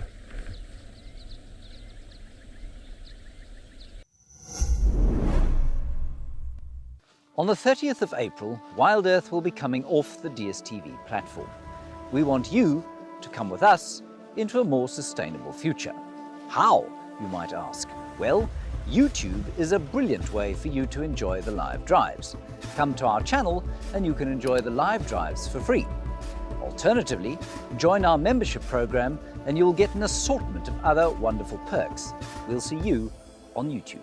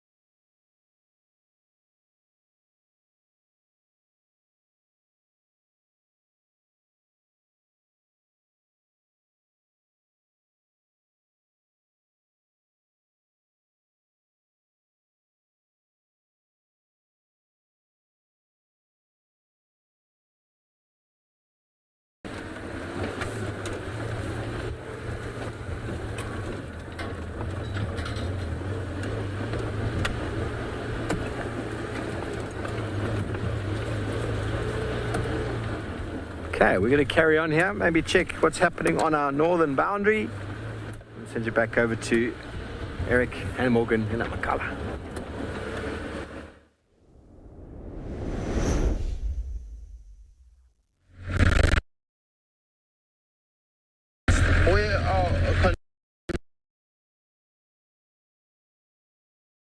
Maybe Steve, they might smell.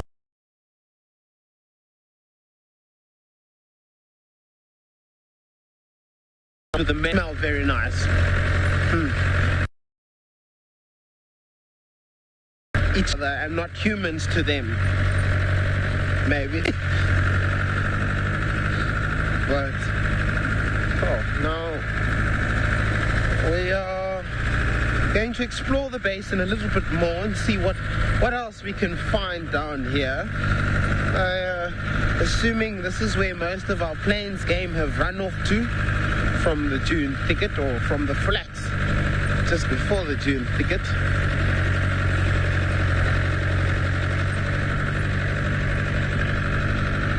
And it's also very interesting. I'm very interested to see what flowers have started to pop out here. Oh my goodness, there's lots of bronzevickias. There's lots of candelabra lilies here. I'm just seeing pink everywhere, which is pretty cool. And I'm sure as we get closer and closer, there will be a little bit more. Generally speaking, they do from about now until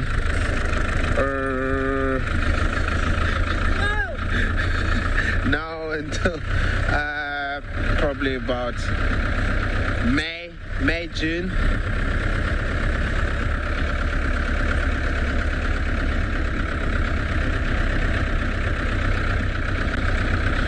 Right, we're going to now send you to a clip that is looking at Amakala. So let's have a look there. On the edge of the Great Karoo, where the semi-desert gives way to the sea-scented Albany thicket, is a feast for the senses. An inspirational conservation story of courage, politics, patience, and success. This land was once grazing for sheep and cattle and plowed for pineapple and chicory.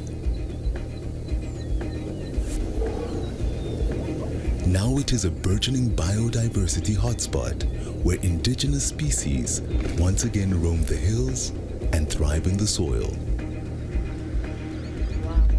Breakfast has been served.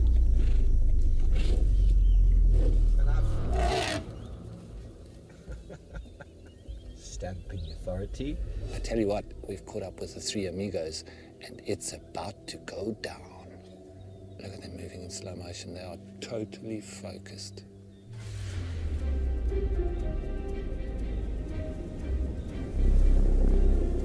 Amakala is a natural wonder.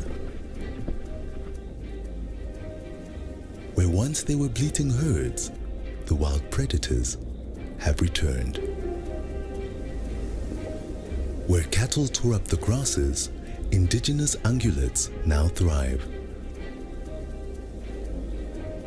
Where the thickets expanded unhindered, elephants have returned to redesign the landscape. Seems everybody's coming to say hello here now. Good afternoon, good afternoon. How does it? Are you well? Lesser known gems of this land, brown hyena, and even rare aardwolf. Amakala is a tribute to rejuvenating powers of wilderness and a testament to human endeavor.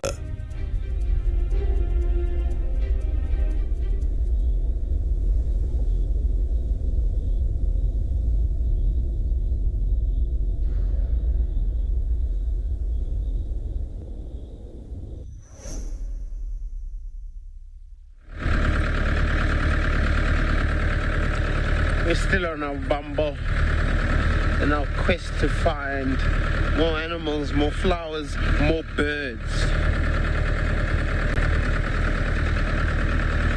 So far we've just found lots of bumpy road and potholes. That's fine. It is not a problem. It is part of being out here in the bush. In Xhosa we say in the hlathini.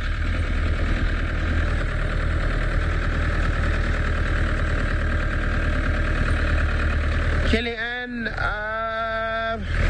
my honest opinion is definitely North. The North is in that area of the reserve. Where we've come from is back there. North is where Pumelela, our female cheetah, and her 4 cubs reside. That personally is one of the prettiest areas, but more importantly when you go up into the valleys, not necessarily the flats are very nice, don't get me wrong, but the valleys, these valleys are spectacular. There's so much life, so much growth, so much diversity in there, for that I think it's definitely in my books the prettiest area of Amakhala. Second to that is the valley area.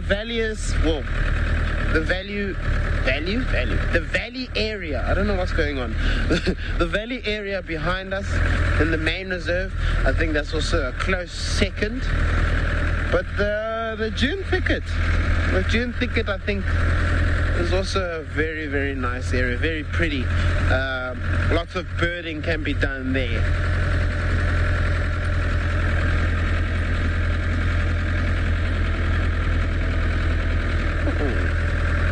Very quiet here, but this is also the area where we have the possibility of seeing some bushbuck.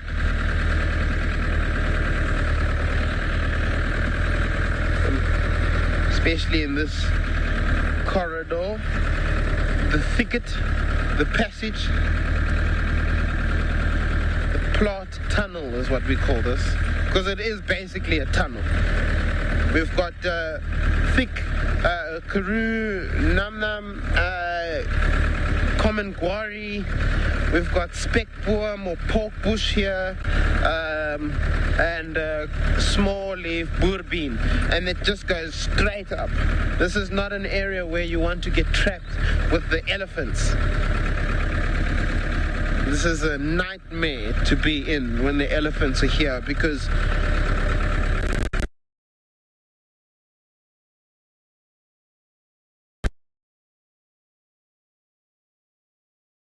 drive past them, you get too close.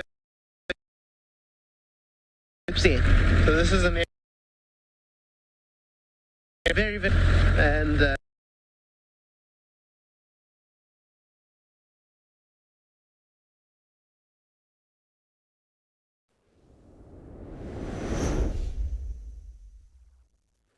welcome back, everyone. Well, we're trying to just get an angle from the other side of that drainage line.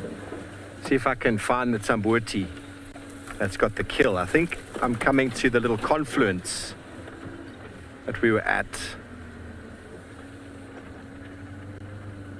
I think now we're actually very close to Bavusuk Dam now. Now we've actually made our way all the way to the dam. So I'm going to go back along this drainage and see if I can. So this is where we had Maribs the other day when we pulled in after James. We parked over here, we were waiting with him, and then he ran across and away. And then we had to follow him through this very interesting area. Thankfully, we were in this vehicle because the Sabi Sand staff were in a cruiser, and they nearly got stuck. And we managed to follow him through, which was quite a blessing, actually, because they wouldn't have found him. The way we managed to keep up with him, they wouldn't have been able to find him again. Even when we caught up with him and we had him by the road, they finally got the vets there, and then he moved again, pretty much to where that impala is in the tree. Pretty much to where that impala is right now. And that's a very inaccessible area. They would not have found him there if we hadn't have been there. So, you know, these little 90 landies are the business.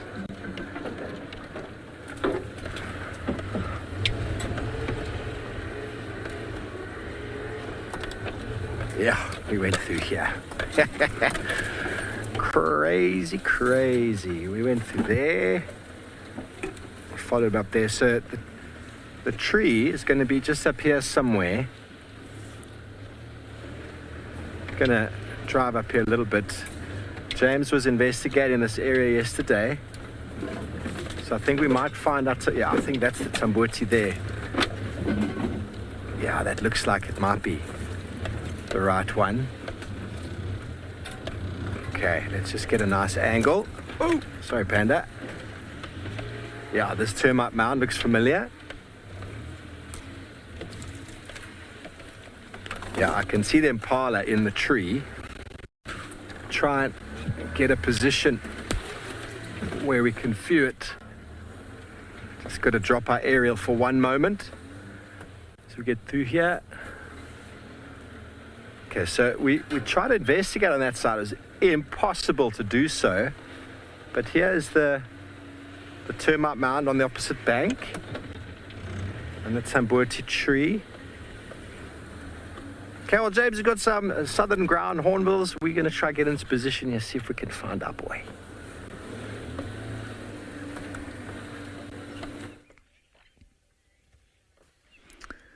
Well, here's a piece of road, but luckily coming off the road is what we originally wanted to show you, and that was a small group of 4 udududu.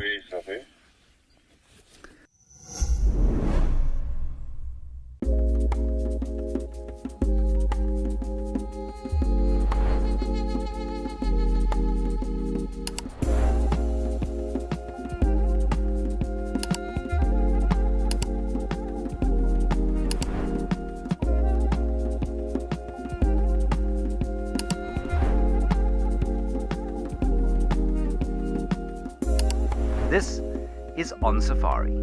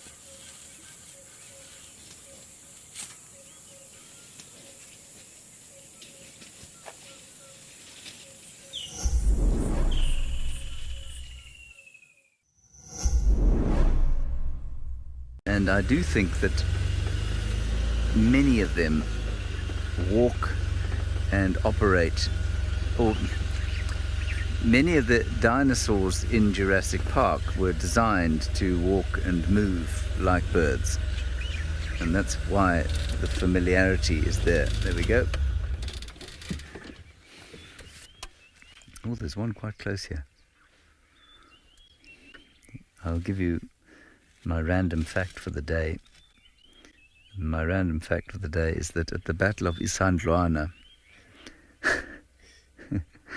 at the Battle of Isandlwana in the 22nd of January 1879, there was a Zulu regiment called the Udududu. So they were named after this bird. Isn't that quite a cool little factoid for you? Did you know that, Paul?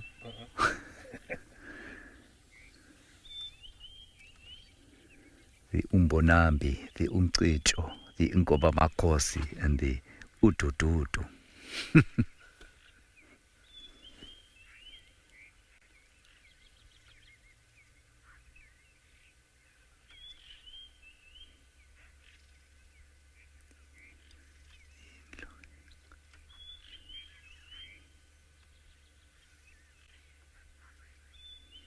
And they're just picking up bits of meat, literally any meat that they can find. You should call them Marcel. The Marcel bird. Elke, you say this is your favourite bird. Yeah, I enjoy them as well, I must say.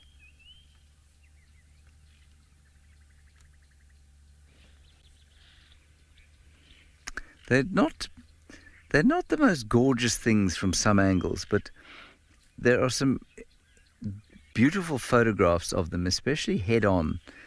And if you've got a nice camera and a decent lens, you get them with the beak blurred out and the eye very sharp and in focus. And they've got gorgeous little eyelashes that give them an inquisitive, curious kind of disposition. Tell me when you've lost sight of them, Paul. They're gone. They're gone. All right, let's move.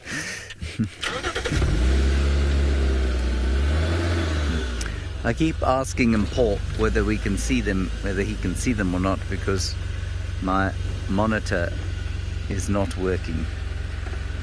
But it will be next week. Good. Let's go back to the Wolf. He's managed to get into a decent position.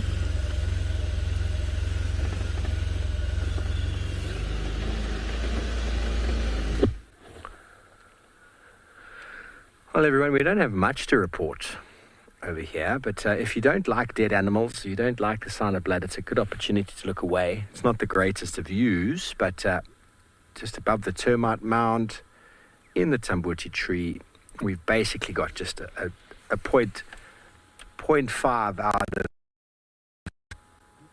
You can see the legs hanging, bottom of the screen, and then sort of middle screen, a little bit left, there's a bit of red. So that's the impala that's been splayed open onto the Tambuti. It's a good 10, 15 meters off the ground. A phenomenal feat. And we saw this from the other side. We didn't have a very good view, couldn't really see it. But James spotted Maribs in this tree yesterday. So at least we got two angles to approach this tree from. And the likelihood is that he's just on the ground somewhere, just resting. Hudson, he wouldn't want to go anywhere. He's not in a great condition. So for him, right now, security of food is paramount. He needs to be able to eat regularly. And having a kill right there, James saw him on this kill yesterday, and it's been fed upon more than apparently what it seemed to have been fed upon yesterday. He's got nowhere to be. There's water very close by. There's water just here in the drainage line. There's cover. There's a tree to go up into, which apparently he can climb. And he's got meat. So he will not go anywhere until that meat is finished. There's a hyena that is on the scene. Hello. Can you see it?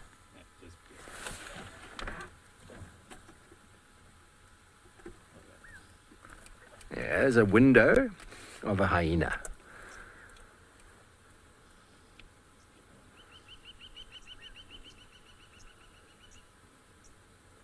You can smell the carcass. That's the same one we saw yesterday.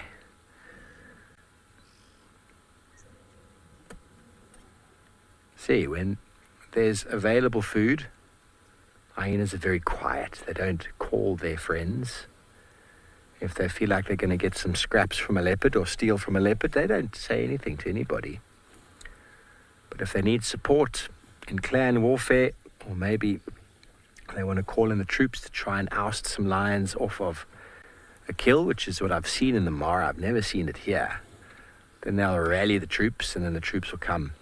And I've seen it in the Mara. We had the Owino Pride kill a wildebeest live on the show. And then we heard the hyenas and we saw them come charging through. It was in the night, so it was with the IR light and with the spotlights. It was the most eerie thing, this like wall of 20-odd hyena come charging towards them. The small Owino Pride, very small, I think it was 2 adults and 2 youngsters, maybe 3 sub-adults. They just gorged what they could, and as soon as the hyenas got within 50 yards, they just stood up and walked away. They didn't even try to confront them. Such is the nature. What's that, Panda? You can hear growling. Okay, let's listen.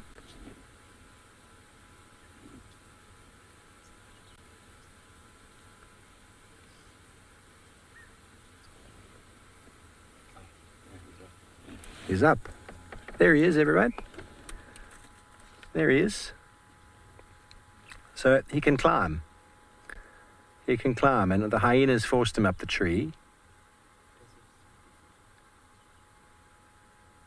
Oh, he's got another kill.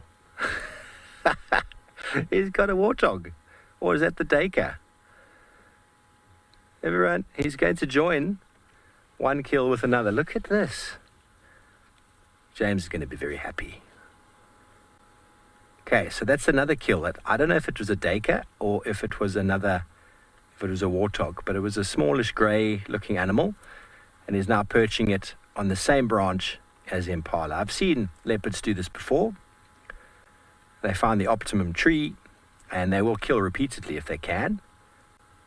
Oh, thank you, hyena, for coming and showing us Maribs. We knew he would be close by. Well, there's a massive termite mound here, very thick vegetation, and a ravine. Yay, he looks quite happy up there, doesn't he? I mean, he went up the tree with a kill in his mouth, seemingly effortlessly, and that's 15-odd meters up, everyone. Now, I have no doubt he probably finds it more comfortable right now to feed on the ground. Judy, good job, Maribs. Yay, Judy, good job indeed. So he probably finds it more comfortable on the ground. But he's going to have to be in the tree. You know, that's this place for him. It's a safe place for his food. I mean, we saw a bit of interaction with the hyena yesterday when we were with Maribs after you left us. And the hyena was just interested in the smells around, and he was interested in the Dacre above Maribs' head. Maribs was standing underneath, sort of on the branch, but still pretty much on the ground. And they had a couple of growls, but there was no real interaction between the two. The hyena coming as close as it dared, still knowing it's a male leopard and could potentially get smacked on the nose, but knowing that there's no real reason to go in and confront. Just looking to pick up on the scraps. Yeah, well, I'm super glad we came around onto the northern side here.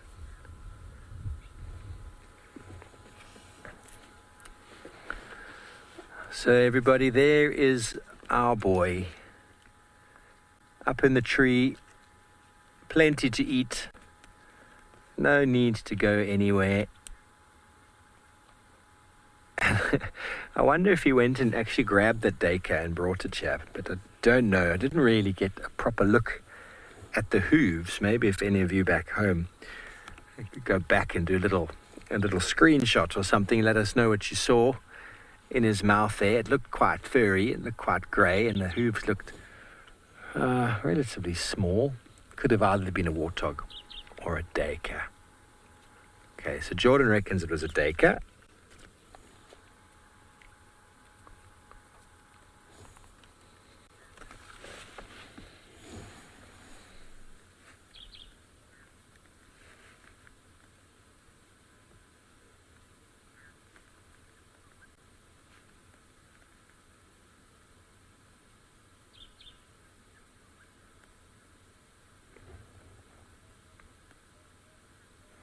Happy Brit. Well, it's going to take some time for him to get properly better. You know, the fact that he's able to climb a tree is testament to his tenacity, and it's testament to the fact that the muscular damage is not as bad as we thought. But it's also, they are survivalists, you know, leopards. They are such tough animals. But the fact that he was up yesterday, he managed to climb down. He just went up now, effortlessly it seems, maybe a bit gingerly. You know, he's got a very severe wound, everybody, very severe wound. And as long as it stays clean and as long as it doesn't get too badly infected, I think he's going to be okay. But obviously we're not out of the woods yet. Important is that he's able to feed, he's able to rest. Doesn't have to go very far. There's enough food to sustain him so he can get back his condition, get back his fitness and his strength. I mean, that's going to take time.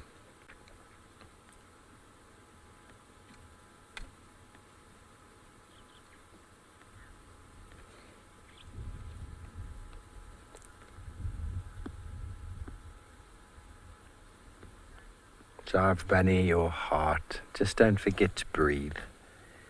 Don't forget to breathe, Jive Bunny.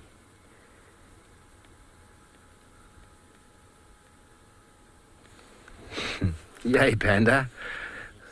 That makes me happy to see him. It's not the best view, everybody, but it's him. I noticed the wound on his back as he was turning. Favorite boy. I think it's most people's favorite boy. There he is. Hello.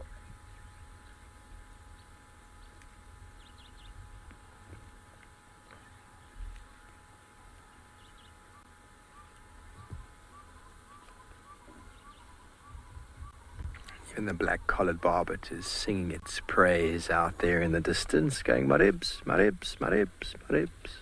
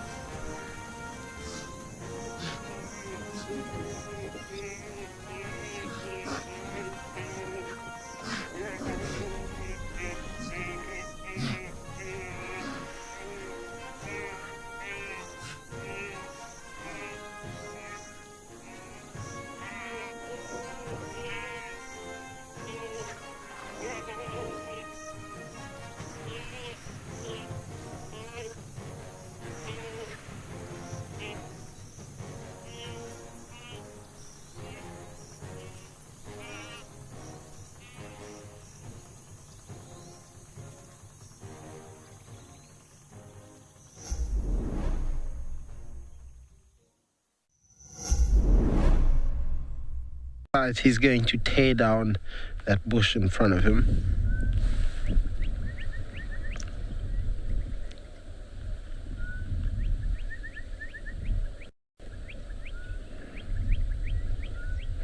Lots of bokmakiris in the area here.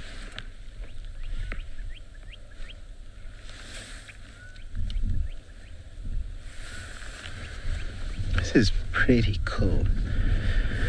They're very, very content. You know, they haven't moved very far in the 10 to 15 minutes that we've been here. I think, I'm not too sure. I don't know how long we've been here. But, no, they seem pretty happy with what's around them in terms of food-wise. Otherwise, if they weren't, they would have continued moving on until they found something that they liked.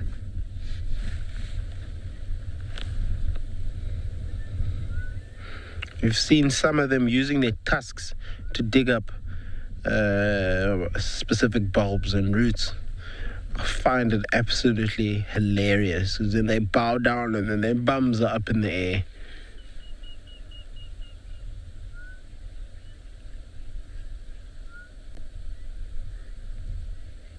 It really is absolutely hilarious. Oh, someone pushing over a bush there.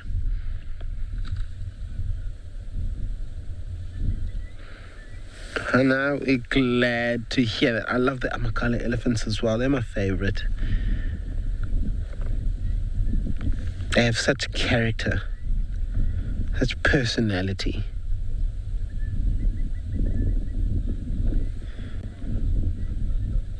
Well, those baboons are starting up again. You can hear definitely a male getting very vocal.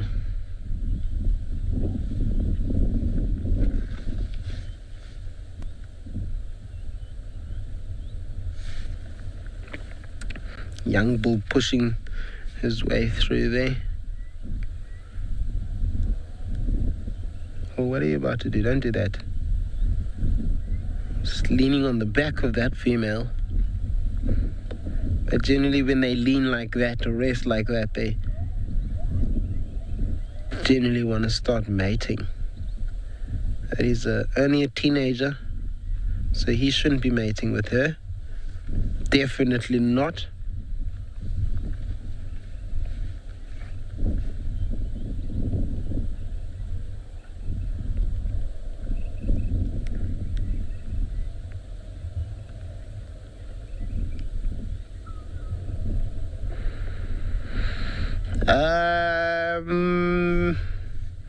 At what age, Kelly, do they start pushing? Generally, as early as possible, really.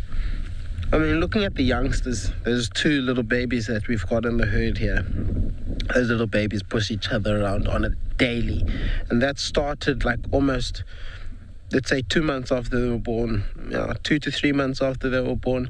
As soon as they sort of knew how to walk around properly, how to run around, how to use their head, they started pushing each other around. So it starts at a very young age and just continues throughout their years, you know. It's not like the serious type of pushing around. If that's what you're asking, I'd imagine they start doing that around about the age 15. You know, when they really start when they really start knowing just exactly how strong they are. You know, when they start figuring out that, oh, I can do this with my trunk. Oh, I never knew I could do this. I never knew I was that strong. It's also when they start pushing over trees.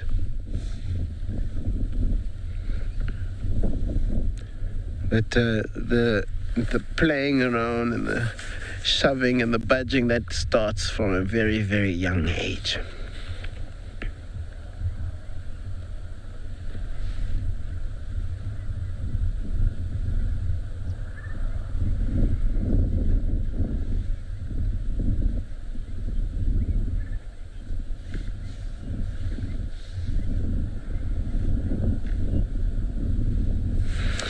TJ Lex, indeed they are lovely, gentle giants that do also have the ability to become very foul. But not always. I mean, most of the time they are very cool, calm, and collected. And, generally we can have great sightings with them.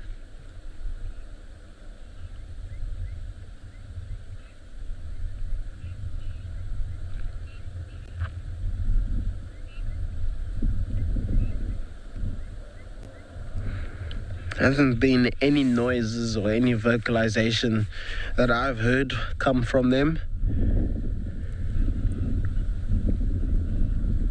It seems everybody's very relaxed.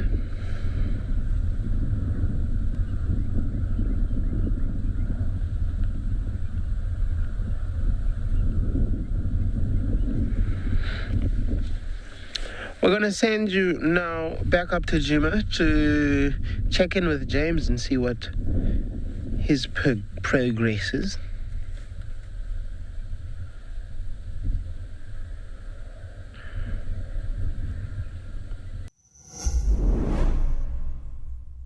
Oh, how time flies when you're having fun. Wild Earth is turning 17 and we want to make the years count. 17 years of achievements, close encounters, and special memories. He's got it, and he's straight up a tree. Come along as we reflect on our top 17 greatest moments. Here's to more years of connecting you to nature. Wild Earth, connecting with nature.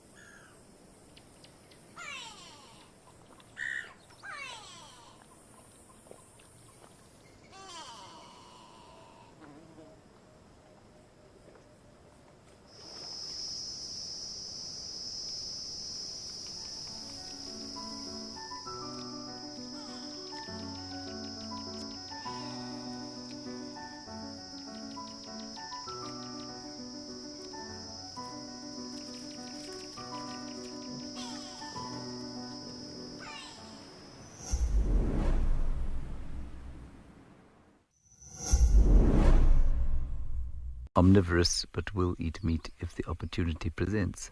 So that's basically what I was trying to get across, not quite so succinctly.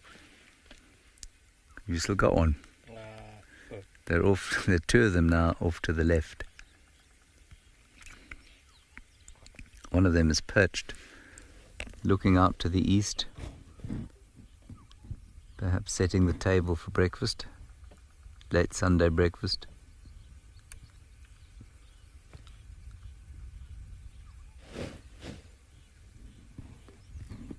Do you think they know it's Sunday, Paul? Or do you think it's the same for them every day? You don't think they're having a weekend?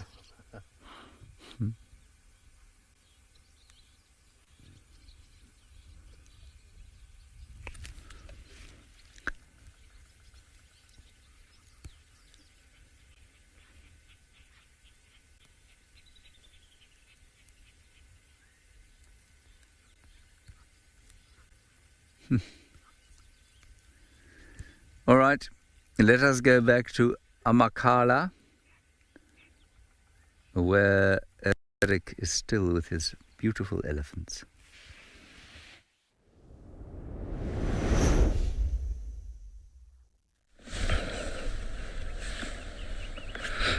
Sure. Not exactly too sure what's just happened, but everybody's just grouped together and they are now all on the move. And they are highly mobile. My goodness, what's going on, guys? Something has startled them out of the bushes. Goodness gracious. Alright, for the first time this morning we're going to hear some vocalizations.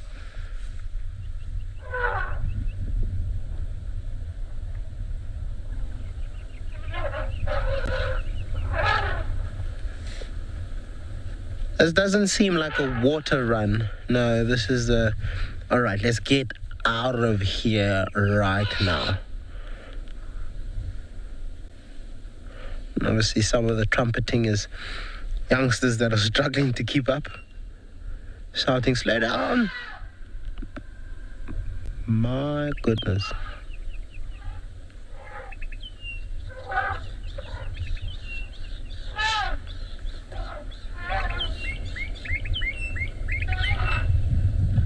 What was that all about?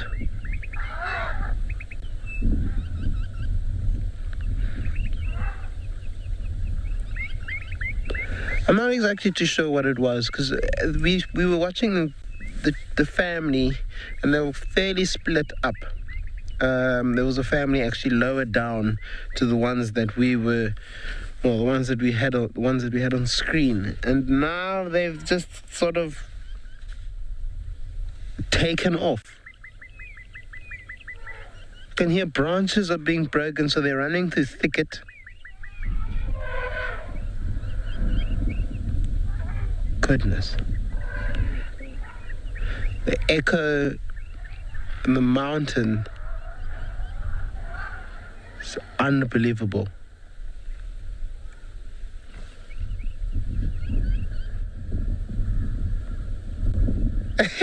You don't often see that every day.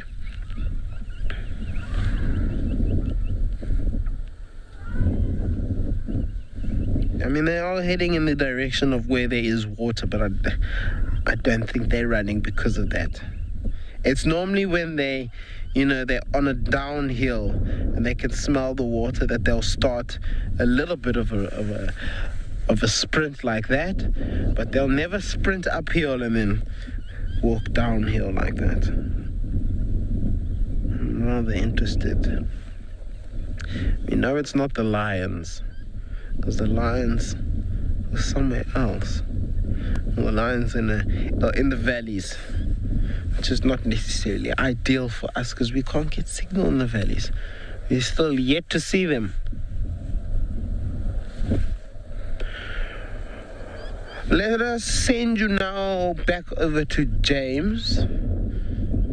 Let's have a look, see what he's got there.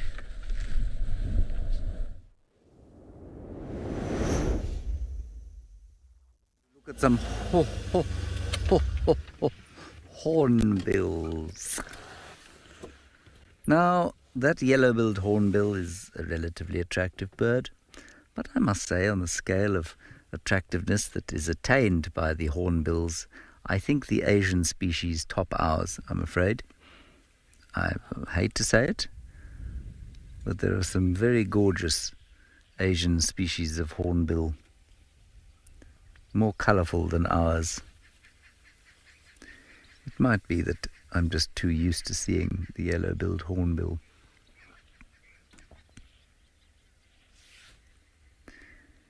I think all in all it's been a rather successful drive, mostly because Maripe is still in the tree.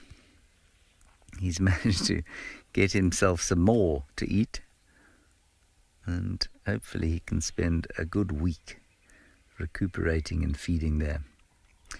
I would say that the main risk for him right now is infection, and that's what they'll be monitoring him for now.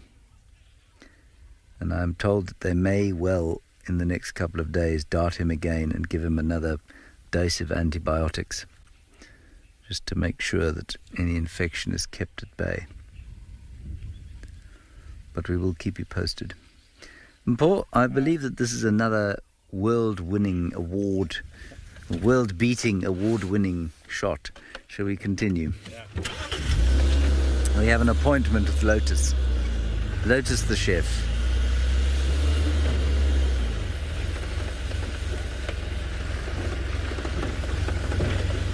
Hello, Pinky. You say thank you for the entertaining sunrise drive. It is our pleasure. We are very happy to take you on an entertaining sunrise drive of a Sunday morning. Especially one that had the sun shining. Here, certainly. A little bit in Namakala.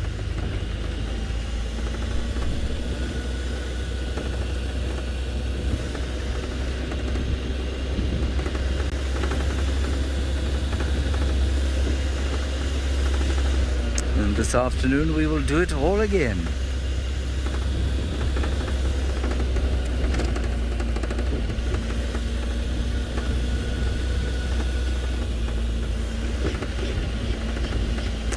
Are we going to have a last-minute leopard? I don't think so. It just feels too calm today to have a last-minute leopard. Turning for the final straight. You can turn the car off and just drift. Well, I don't know if there is bacon and eggs on a Sunday. What is Sunday morning meal? Monday's magwinya, I think. I'm not sure what it's going to be. And bacon and eggs. It's omelettes, I think, actually. I think it's Sunday omelettes today.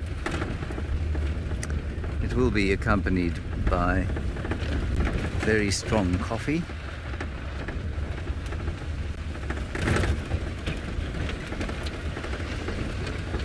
I'm going to have to turn the car on again. Ah, we are going to have a final sighting.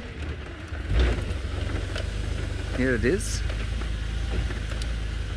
Final sighting of the morning is the wolf, along with Panda. Panda Tagudzwa Musesani Glitz the Billions.